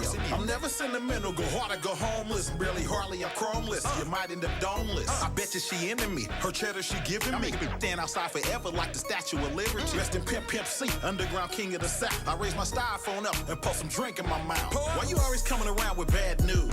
Say you want me to win, but hope I lose. Asking if I rock with other than the crew. But them cool. It's just that I ain't fucking with you. You little stupid out. Wow. Ain't fucking with you. You little dumb out. Wow. I ain't fucking with you. I got a million trillion things I'd rather do than to be with you. Little stupid out. I don't give a. Look, I don't give a about you or anything that you do. Don't give a about you or anything that you do. I don't give a about you or anything that you do. Don't give a about you or anything that you do. I got a new chick that I gotta thank God for. I got a new whip that I gotta thank the lot for. Yeah, I got a lot but want a lot more. Yeah, we in the building but I'm trying to take it to the top floor. I swear I hear some new bullshit every day I'm waking up. It seems like nowadays everybody breaking up. That you can break it down. If you lose a good girl, I guess you need a bad bitch to come around and make it up. I guess drama makes for the best content. Everything got a bad side, even the conscience. Now you're drinking till you're unconscious. Feel me when you get a fine bone. Don't forget to read the fine print. Life got me meditating like I'm in the Himalayas. Keep a G with the L on me like the elevator. Yeah, I know that karma too real, so I hope you doing cool. But still stupid. Yeah, that's IDFU. Yeah, that's the name of the track, ladies and gentlemen. Big Sean featuring E40. And without further ado, we have a little video of our special guest in the house. And this is actually ripped from his Kickstarter presentation. And yeah, if you haven't heard about this, a little brief description. This gentleman, he hails from the city of San Francisco. He is a graduate of San Francisco State, has numerous degrees, and one day he decided, hey, I want to see what this whole turntable scratching is about. And he started doing the turntable scratching, but unfortunately didn't find the niche that he wanted. So he decided to create on his own this new instrument invention of his. And he calls it the ScrubBoard. And there it is on the screen, showing its magnificent moves and all how it was put together. And we have this gentleman here in studio tonight with the ScrubBoard. Let's have a big round of applause for Jeremy Bell. Woo! All right. How you doing, sir? I'm doing great. Thanks for having me. How do you like the show so far? It's been awesome. I've been having fun. There you go. There you go. So let's talk about this whole love for the whole DJ scratch culture thing and what made you want to just create this device you call the ScrubBoard. Well, I've always loved scratching. I mean, there's just always been something about it that's really been fascinating to me. Mhm. I used to have dreams about knowing how to scratch. Mhm. I don't know. There's just something about it that is really appealing to me. Just the idea of being able to play a recorded sound like an instrument. You know, I mean, I think it really kind of brings into focus this whole philosophy about, you know, the idea that there doesn't have to be a wall of separation between the recording medium and the music, you know, between recording and between producing, you know. Mm-hmm. Brian Wilson was of the Beach Boys, not the other Brian Wilson. was a big believer in the idea of, you know, you could take a recorded medium and it doesn't have to just be a way of capturing a performance. It could be a creative instrument all in and of itself, you know. But anyway, so I actually tried scratching, and I was never very good at it. And I remember seeing Laurie Anderson, the performance artist, Laurie Anderson. She did this thing where she attached a strip of audio tape to a violin bow, and then put a tape head on her violin, and then she would play the sounds by playing it like a regular violin, and she would rake the bow up and down, and it would play the audio on the tape. That's And insane. and I was thinking, I'd like to make something like that, only make it more analogous to playing the guitar, because I'm a guitarist, and I think that whenever I was trying to scratch with vinyl, my natural inclination was to use The use guitar sort of instincts. Yeah, the guitar instincts, the way the strumming hand moves Mhm. on the guitar, and it doesn't really translate. So I started thinking about, doing something like what Laurie Anderson did, and I think I thought about it a lot, and I remember I started out with the idea of having some kind of a bow-like thing with this tape on it and moving it up and down a Mhm. stationary tape head, but I kept having a lot of problems with that idea, and finally it occurred to me that I should have the tape head move and have the tape be stationary. And so I looked around online to see if there had been anything done like that, and as far as I know, there hasn't. So I built this thing. I just removed the tape heads from a couple of tape players, and AKA Walkmans. Walkmans, right? And then I just built little enclosures around them, and put audio tape on these little raised platforms. And the enclosures fit over the raised platforms so that the tape head lines up properly. And it really the guitar analogy actually really works pretty well, because I used to teach guitar, and I used to always tell my students, you should always keep the rhythm in your strumming hand, even on a beat where you're not strumming, your hand should still be moving to feel the beat. Right. You just move your hand away from the strings, and so it's moving up and down across the strings, but it's not touching the strings. And then when you do want to touch the strings, you just bring your hand back to the strings. So you're always moving your hand, and then it's just a matter of touching the strings and moving away from the strings. So that same concept basically works here. I when I want sound, I bring the tape head down onto the tape, and then when I don't want sound, I bring it up. And so that way I can jump to different spots on the tape. If I want to go from point A to point B on vinyl, there's no way to get there without playing all the audio in between, unless I have my other hand on a crossfader and actually kill the sound. But this way, all I got to do is just lift the tape head up.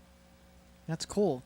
Before we get into the demonstration, I'll go ahead and have my co-hosting staff and our special guest correspondent, Benny Mack, ask you a question. Let's go back to the end of the studio. Joe time. Throw it away at Mr. Jeremy Bell about his incredible invention. I just got to give you a round of applause for just getting to where you are with an idea. You know what I mean? Just an idea. That's all it was. And just the inspiration you were able to take from one thing. And that's just a formula within itself. And you're able to grasp that and then create it and then bring it to life. I mean, obviously, you tried multiple things. You could easily gave up after the bow situation, but you had the focus and the tenacity to go through it. And there was no naysayers to say don't do that. You know what I mean? So you didn't really have all that. So just really taking the initiative and taking apart a Walkman. Something that most people just unscrew it. I mean, when I look at it, it looks like it's been really taken apart, because there's certain places that you can't even just remove with just a screwdriver. You have to probably cut it off with something. But yeah, just taking that, that's awesome. So my question is, from here, do you have a vision of what it's going to look like? And then with that vision, obviously there's a lot of people coming at you with certain ideas of wanting to invest or probably even buy the whole thing from you. Do you, if you do sell, do you want it to be attached with the actual thing, structure that you want? And if that's the case, would you be willing to share how that would be over the air, or is that something you want to keep to yourself? Well, this is basically like a very crude version of of the way I really want it to be. Actually kind of funny story. My first attempt to kind of put the idea out there, I made a video about I don't know, about 2.5 years ago, Mm-hmm. that was explaining what I wanted the ScrubBoard to be like. And it was all just a video mock-up. I didn't actually build anything. I just kind of made these, like motion graphics and animations and stuff to demonstrate. Is that what the I one want. on your Kickstarter No, page? no, that's not that. Okay. That was the interesting thing is that nobody watched it. I put it out because I wanted to see if anybody would be interested. I put that out on YouTube. Nobody watched it, and I kind of was like, well, okay, so maybe there's no interest. And then, maybe a year or so later, I started thinking, well, maybe I should actually have something physical that I can show people, and there might be some more interest. So I made another video that actually has that. There's one on the Kickstarter that has a few seconds of me actually showing on this real thing, and then there's some other videos that's just this, and it just blew up. So I guess that was the missing ingredient. There needed to be something real that people could see. But this is really just supposed to be like kind of a proof of concept. Like the real ScrubBoard, the idea is more elaborate, and there were things that I just couldn't build in my garage, But I wanted it to be like I say in the video, that there's going to be like the tape is like on a conveyor belt, so the tape can pass underneath the tape heads, so you can get straight playback, like how when you let go of a record. So there's that, and then also the sliders are supposed to have little Switch things, right? The yeah, toggle. Like The little seesaw two-fingered, little two-fingered rockers, the seesaw kill switch that I was calling it. Yeah. And also I was thinking about doing something with the fact that there are 2 stereo tracks on a strip of audio tape, so I could you could have 2 crossfaders, and then you could actually have like multiple versions of a sample and like be switching between them. Press the left side of the seesaw, and that would be side A, and then press the right side, and that would be side B. So there's a lot. I mean, if I could build the factory version, there's a lot more that it could do, I think. But the funny thing is that there's a lot of interest in just the way it is. Like I've been getting a lot of people asking me just if I could just build them one just the way like this is. That's crazy, isn't it? It's like, okay. Yeah. And just throwing tons of money just for this beta prototype. Well, I'm thinking about putting out some kind of a kit so people can provide their own Walkmans and build it themselves. That's another direction as well. Right on. Michael. Yeah, I'm very intrigued, and I can't wait to see you test it for us. Yeah, this wicked smile when you said intrigued. Yeah, right? Like, I'm just super juiced It's the about this, stash. man. Well, no, Yes. I've just never seen anything like this before. So, natural, when you haven't seen anything before, you want to see it, man. Like Destiny. Yeah, just like Destiny. So, my question to you is, how long did it take to build this? And you built it all yourself, right? Everything about it, you had no help from anyone else? No. I Not even although Google? I did Everybody gets help from Google, right? I did get some help from my parents and my grandmother just in providing some of the raw materials.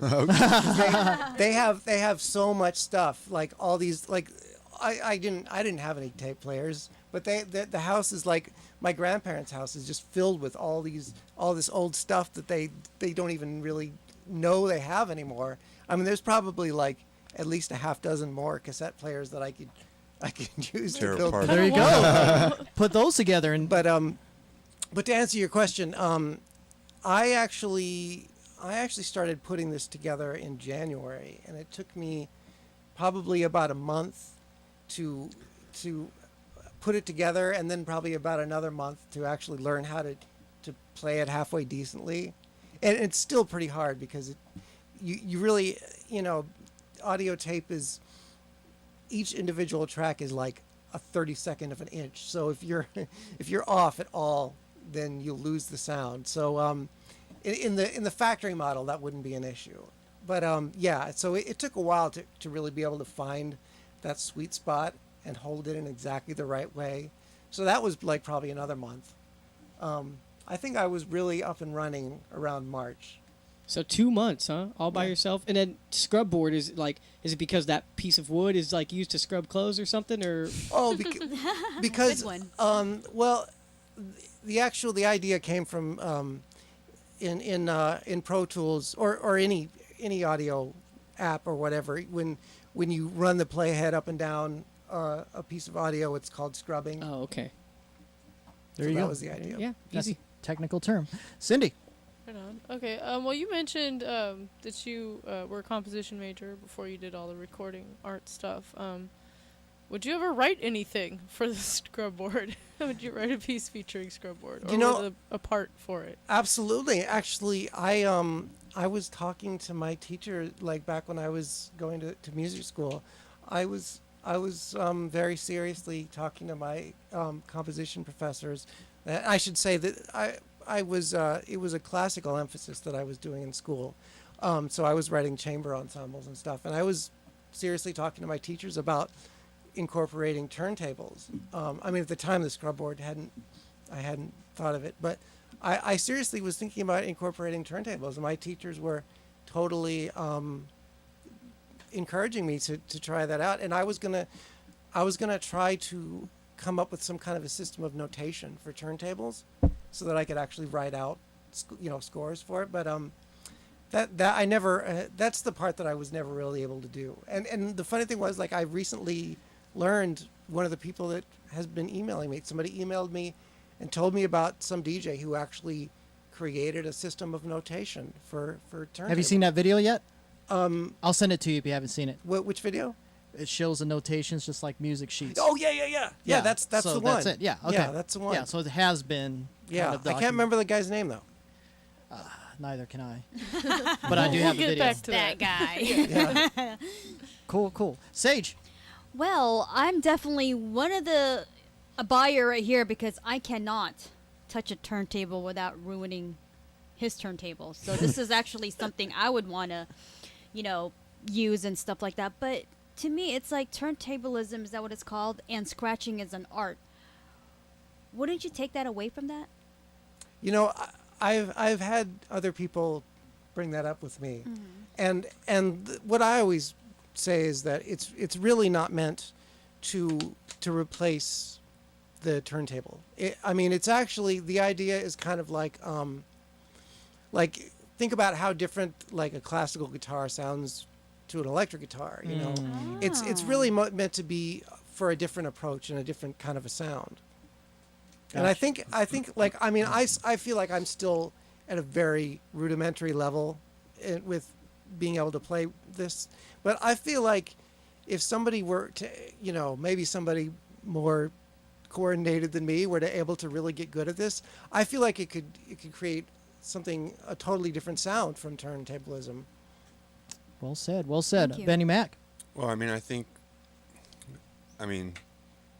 that's just fantastic. That you're sitting around, Lost for words. taking stuff apart, and I think where you have a chance to really make it be its own thing is the fact that you can do two things at one time, that you can coordinate in a way as if you were like when guys do two different turntables at the same time.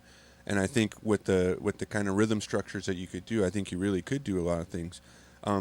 The thing that I went to school for a little bit of music, recording arts, and Sam knows for a long time. We worked on a lot of beats and done a lot of studio work and stuff like that. Really? Benny Mac? The thing Oh, that you could get down. You could flow. Thank you. Uh-oh. Freestyle session. And the thing that comes to my mind is it looks like it would be an awesome like MIDI controller type of a thing.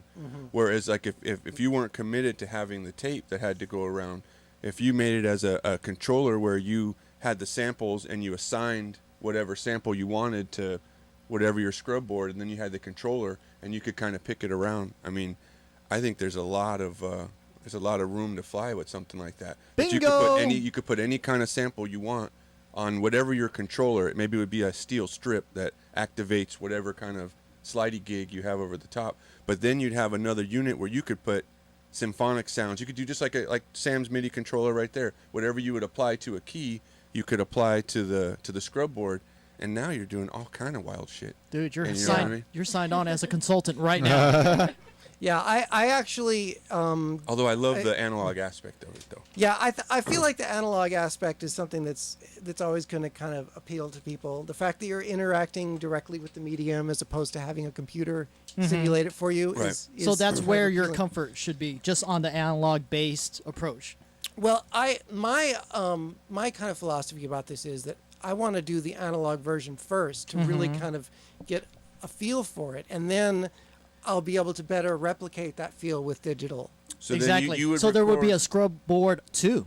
Right. Exactly, like an Emax 1, Emax 2. So you'd record whatever it is you wanted onto the tape, and then you'd have to take the tape and put it into like the pulley or the conveyor belt. The conveyor belt, whatever the style is. So you'd still be recording something live to the tape at some point. Well, the machine, as I'm envisioning it, the machine you wouldn't ever have to take tape out or put tape in. You could the record tape would be built into it, so Okay. you could just record right onto the loop belt. In fact, I think you could even theoretically record and be scratching, like the tape head, the recorded audio passes over the record head, and then it hits the play head, could and be then you right could there. scratch it like 2 seconds after it's been recorded. Awesome. Well, Jeremy, we're going to put you on the spot and have this bad boy get Yeah, started. let's see it, man. Did you want to Fire do it up. just a acapella scratch thing, or did you want a beat? What's your comfort? Give me a beat. Okay. I have a Yeah. question. What song is under the strip right now? It's actually a bunch of scratch samples that I got online. Are you ready? All right. So as he prepares, I'll get something queued up. Yeah, I'm excited. Me too. Oh, I hear it.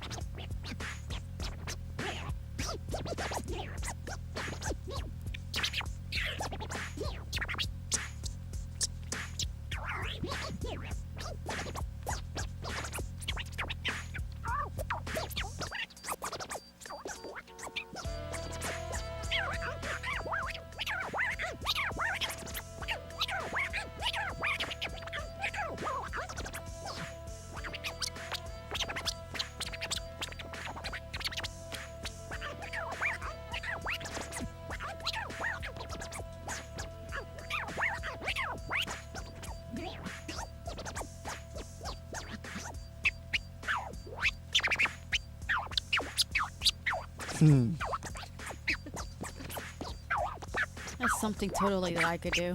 That is so cool. Ooh. Ooh.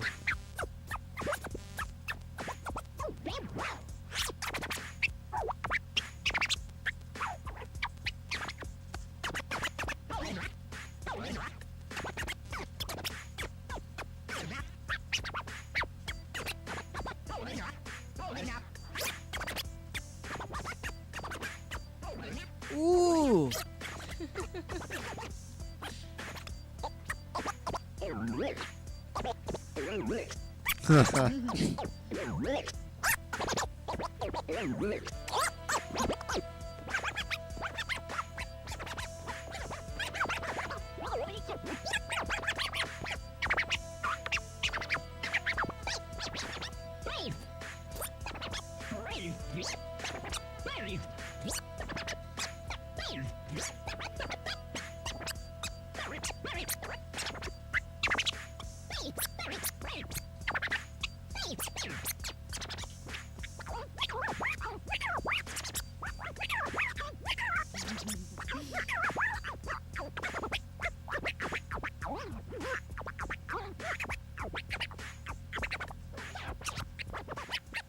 Oh, wow. Have you tried it, Slam? Yes, I have. I Yes. posted a video of it. Yes, I have. You have to kind of get used to it. There's a little Yeah. bit of a finesse, a little finding that sweet spot, but as you can tell, it's there. The real deal. Yeah. It's the real deal. Now, you talked about how things are moving forward. You're getting a lot of emails and responses. What ultimately do you see the ScrubBoard being, say, within a month or 6 months from now?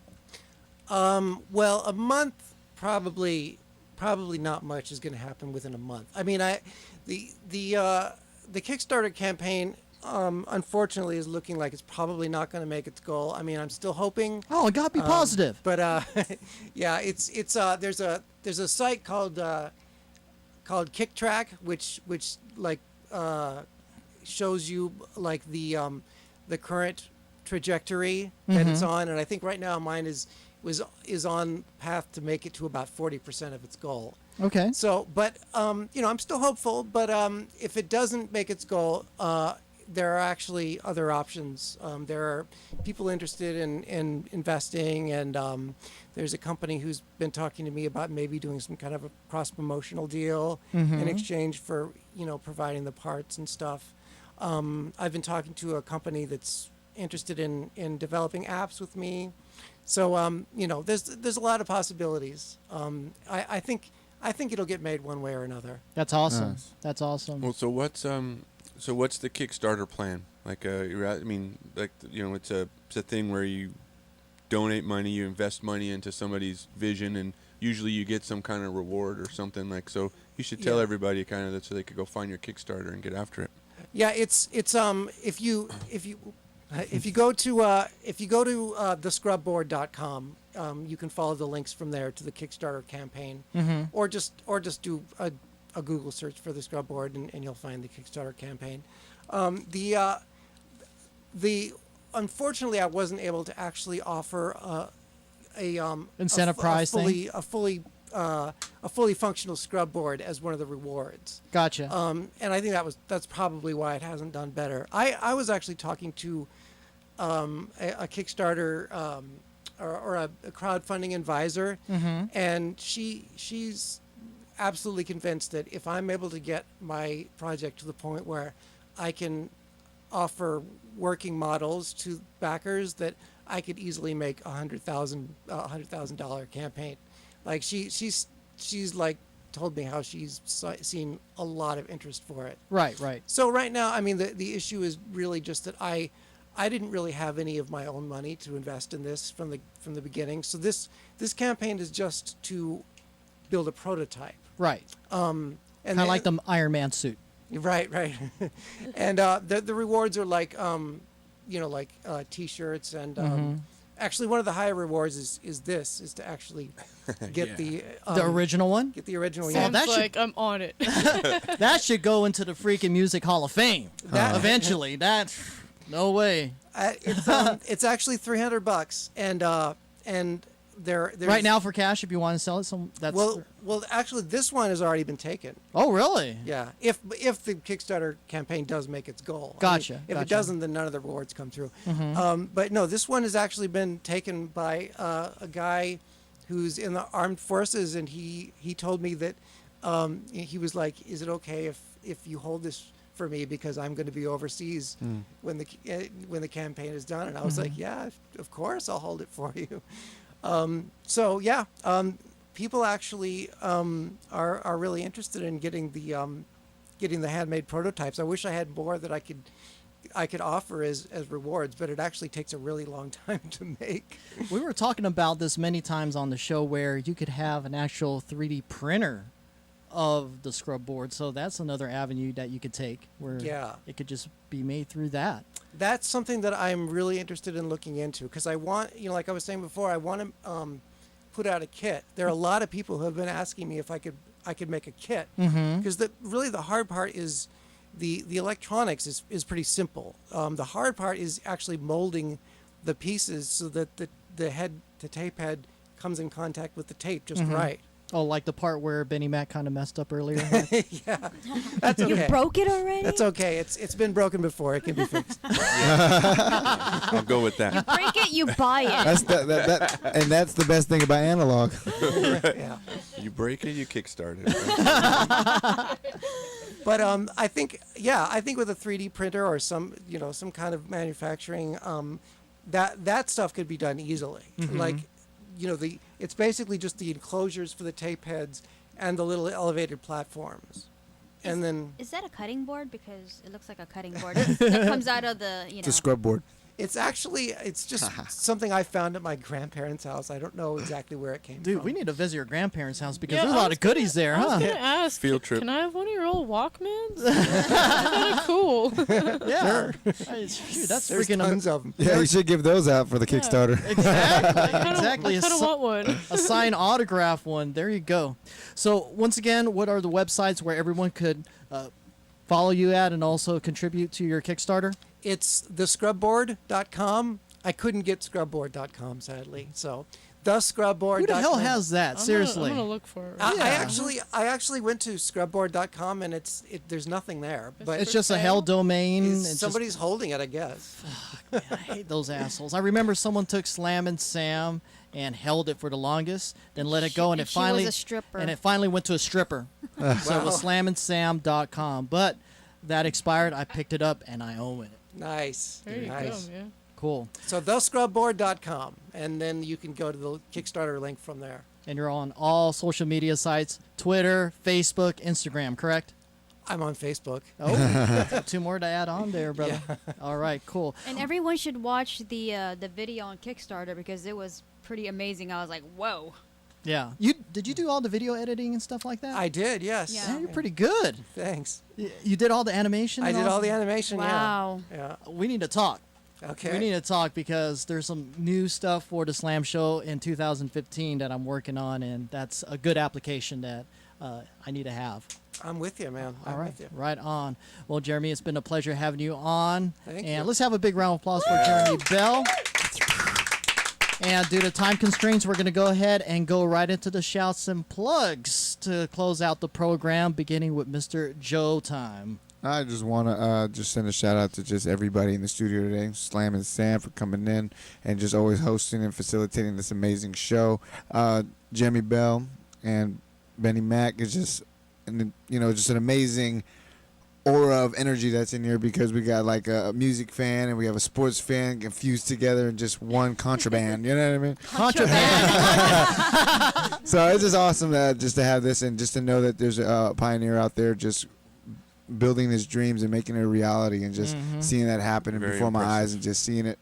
And it's not even the full prototype. So I'm like, can't even wait to see what the full prototype is going to look like. And then ultimately see the actual results of the ScrubBoard in itself. I also mentioned that we'll be first in line to gain stock on the product. There you go. Lady Sage as always, and Sydney, and boy Mike L. Smooth. Welcome back. And then, and then just everybody that's tuned into the And don't forget the Slam Show. mustache. And the mustache. Yeah, it's like a person of its own, right? You should be a mustache for Halloween. That's an M one. Uh-oh. Just a mustache? Just one big mustache. I think that's a pretty good idea. It's everybody that's tuned into the Slam Show and has been tuning in every week, every Monday, 8 o'clock. And then also to everybody that's following me on my comedy adventure and journey. You go to Joe Time Comedy, or on Facebook, you go to Joe_Time on Instagram, and you'll follow me, and I'll definitely get you to my next shows. Which reminds me, November 29th, it's going to be the next Joe Time Comedy Presents. It's going to be Hamachi Bar in Walnut Creek. So thank you. Cool. Mr. Michael. I'll start the same way as Joe, man. Slam, thanks for having me on, man. I missed not being here for the last 2 weeks. So glad to be back in the house. Don't be gone so long. Yeah, right. Because that mustache will miss us. Yeah, well, I won't. hopefully, maybe not by the next show, but the show after we'll have the mustache shaved off because it was for the Giants winning the World Series. But can we put it in like a plastic bag and kind of auction it out? yeah, that'd be cool. I mean, it's like kind of cool. Like my Irish kind of comes into play with the mustache because now there's like little orange hairs like that I don't have on my That's a head. little bit too much information. That's why I said ew. So, I do want to give a shout out to the people that I always say if they hit me up on Facebook, listen to the show or like the post. My girl Samantha Buckman, she says Monopoly Man is her choice for who I should be. Guy that I pretty much consider an uncle to me, Dave Bevilacqua, said he listened for about 10 minutes when we were talking about getting punked via text message. And then Garrett Hicks, my boy G Hicks, chimed in with Mike Mize because that's what they called me when I was part of the Cream Team. It was Mike Mize, and then my boy Tony was T Sleazy. And then as far as the other people that liked it, Francis, Nicole, Megan, Heidi, Trisha from Stockton, my sister, of course, Richard, my boss in broadcasting, Jeff Kurtz, Victor Hansen from Modesto, and good old Nick McHugh, who is known for me always bringing the snacks when he was on that chat line the night we had the strippers on. So, thanks to all the people that liked the Facebook post and checked out the show, and we'll be back at it. Cool. You're pulling a freaking truth because he usually reads off his smartphone. You're doing the same. Did you pick up tips from him? Well, I just don't want to leave anyone out. By the way, follow me Instagram at Mike Illsmooth. That's We already switched cameras. You got to point at the other one. MICILL and then SMOOTH, and then Facebook. You'll find me. No, you Somehow, won't, 'cause there's a million Michael Smith out there. Just go search email ms49er24 at yahoo.com. Cool. Cindy. Well, I'm not nearly that popular, but I would like to say thank you to our guests and crew, as always. Thank you to everybody tuning in. And, gosh, thanks, Aaron, for those sandwiches. I was thinking about those all day. Glad to have you back, Mike. Shoot, good luck. Good luck with that ScrubBoard project. I'm really intrigued. I definitely want to follow that and see where that goes. Because, it's when you major in music, it's very hard to fit in with conventional jobs. And you have so much talent, and I feel like the world doesn't value that in the terms of dollars. Like, there's people out there saying music should be free. And... And that attitude is what keeps people like us down. So, keep going. And I wish you the best of luck with that. Thank you. Cool. You're welcome. Well, Jeremy, I sure hope you meet your goal with the Kickstarter, because this is a pretty amazing product that you have going on here. Like I said, this is something that I could, manipulate and work myself, and it'll really sound good without even trying hard. So shout out to you, of course, to the entire crew. Benny Mac, thank you for driving all the way out here from the Marin County, because I did drive out there for work, and I'm like, damn, this is far. So not so bad, but thank you. Shout out to you, and of course to our studio guest Carla. Yeah. Everyone, clap. Carlita. Welcome back, Mike Ill, and the Stash, and Joe. Hello. Hopefully we get to see you again on your next show. And Cindy, I'll see you Wednesday. That's right. And to all of our sponsors, go to tvepn.com for a complete list. And again, special shout out to Aaron of Little J's. Thank you for the catering. And So good. to our new sponsor, and Slam is actually wearing his shirt. We Yes. weren't able to model. He wasn't able to model it last week because of Lana's egg white shirts. But Lovers. shout out to you, Jess Leandro. Thank you for the sponsorship. Is there a Instagram or Twitter for them? Just check out tvepn.com for the link. Got it. Cool. Benny Mac. Just thank you all once again. I love coming on, hanging out with you guys. Oh, Sam scratching in the background. I mean, how could that be any better? Make him stop. That's the thing. You're never going to be able to stop. He is just... I gotta come and catch one of your shows. Yeah, man. I don't. I'm always tied up on the weekends. One of these You're all times, good. I gotta try to figure it out. And I have a sense that whatever this turns into, I think that you are one way or another. You're always going to be being creative and always working on something. Yeah. So it's inspirational to have you bring this out and share it with us. I hope that whatever this leads to is makes you happy, brother, because it's a cool thing. It's a cool thing. And Slam, thanks, brother. Thanks for the ride. Yeah, I love y'all, man. Thank you so much. Cool. Mr. Bell. I just want to thank my host, Slam and Sam. Hey, the whole crew's the host. and everybody else. Sorry for leaving you guys You're out. all good. And everybody, you guys have been a lot of fun to talk to. And I should also say a big thanks to my parents, who really actually helped out a lot in getting this Thank you thing to the made. parentals. Yes. And to conceive you. Hey, Jeremy, really quickly, has anyone ever told you look like a long-haired Mike Krzyzewski? No, actually, I got somebody told me I look like Skrillex the other day. Skrillex. You gotta get the glasses. You'll be dead on. I was gonna say Coach K for sure, man. Cool. Duke. Anything else? All right, No. that's it. Keep it simple. Keep it simple. There you go. Oh, and thanks for everybody who's been emailing me. That it's been awesome. Exactly. And you're going to get back to every single one, correct? I'm going to get back to everybody. There you go. You said it here on the Slam Show. So you will not feel left out, that's for sure. All right, I'd like to thank my entire crew, Sage, Cindy, Michael, Joe Time. Thank you for always being that consistent bond that I need to make the show move forward. And our special guest host, Giants correspondent, Benny Mack. Thank you, sir, for making the trip all the way from Marin County. I love it. Are you going back tonight? I am. Okay. I am. You're going to have Motel 6 chill over sort of thing going? No, not tonight. Yeah.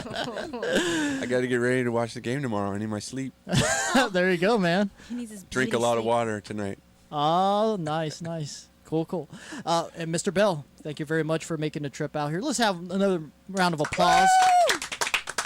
And I'll speak for everyone here. We hope that everything connected to the ScrubBoard happens, whether it becomes the exact prototype you always wanted for it to be, or moves on and gets evolved into something else. We wish you the very best. Thank you. And make it happen. All right, I'd like to thank everyone that's in the chat room. Thank you for interacting with us, and everyone that's watching from afar that is just chilling anonymously. Thank you for all your support. Be sure to follow us on Twitter and Facebook at TVEPN The Slam Show, and to always put it on your calendar, 8 o'clock Pacific time. Tune in every Monday night. For myself and everyone here, we'll see you next week. Peace. Peace. Oh, what's that?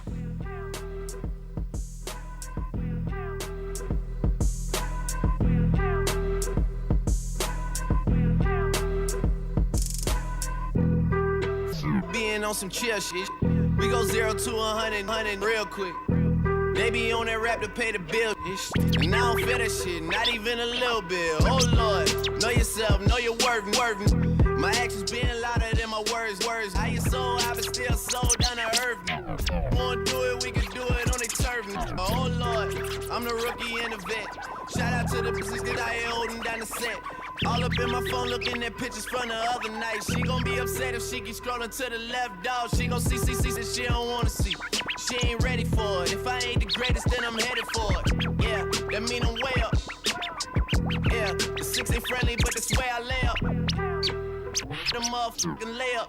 I been Steph Curry with the shot, been cooking with the sauce, Chef Curry with the pot, boy. 360 with the wrist, boy.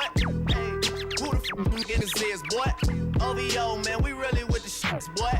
Yeah, really with the I should probably sign a hit, boy, cause I got all the hits, boy. Boy, all that Drake, you gotta chill. I be on my little mouse drill. Boy, all that rap.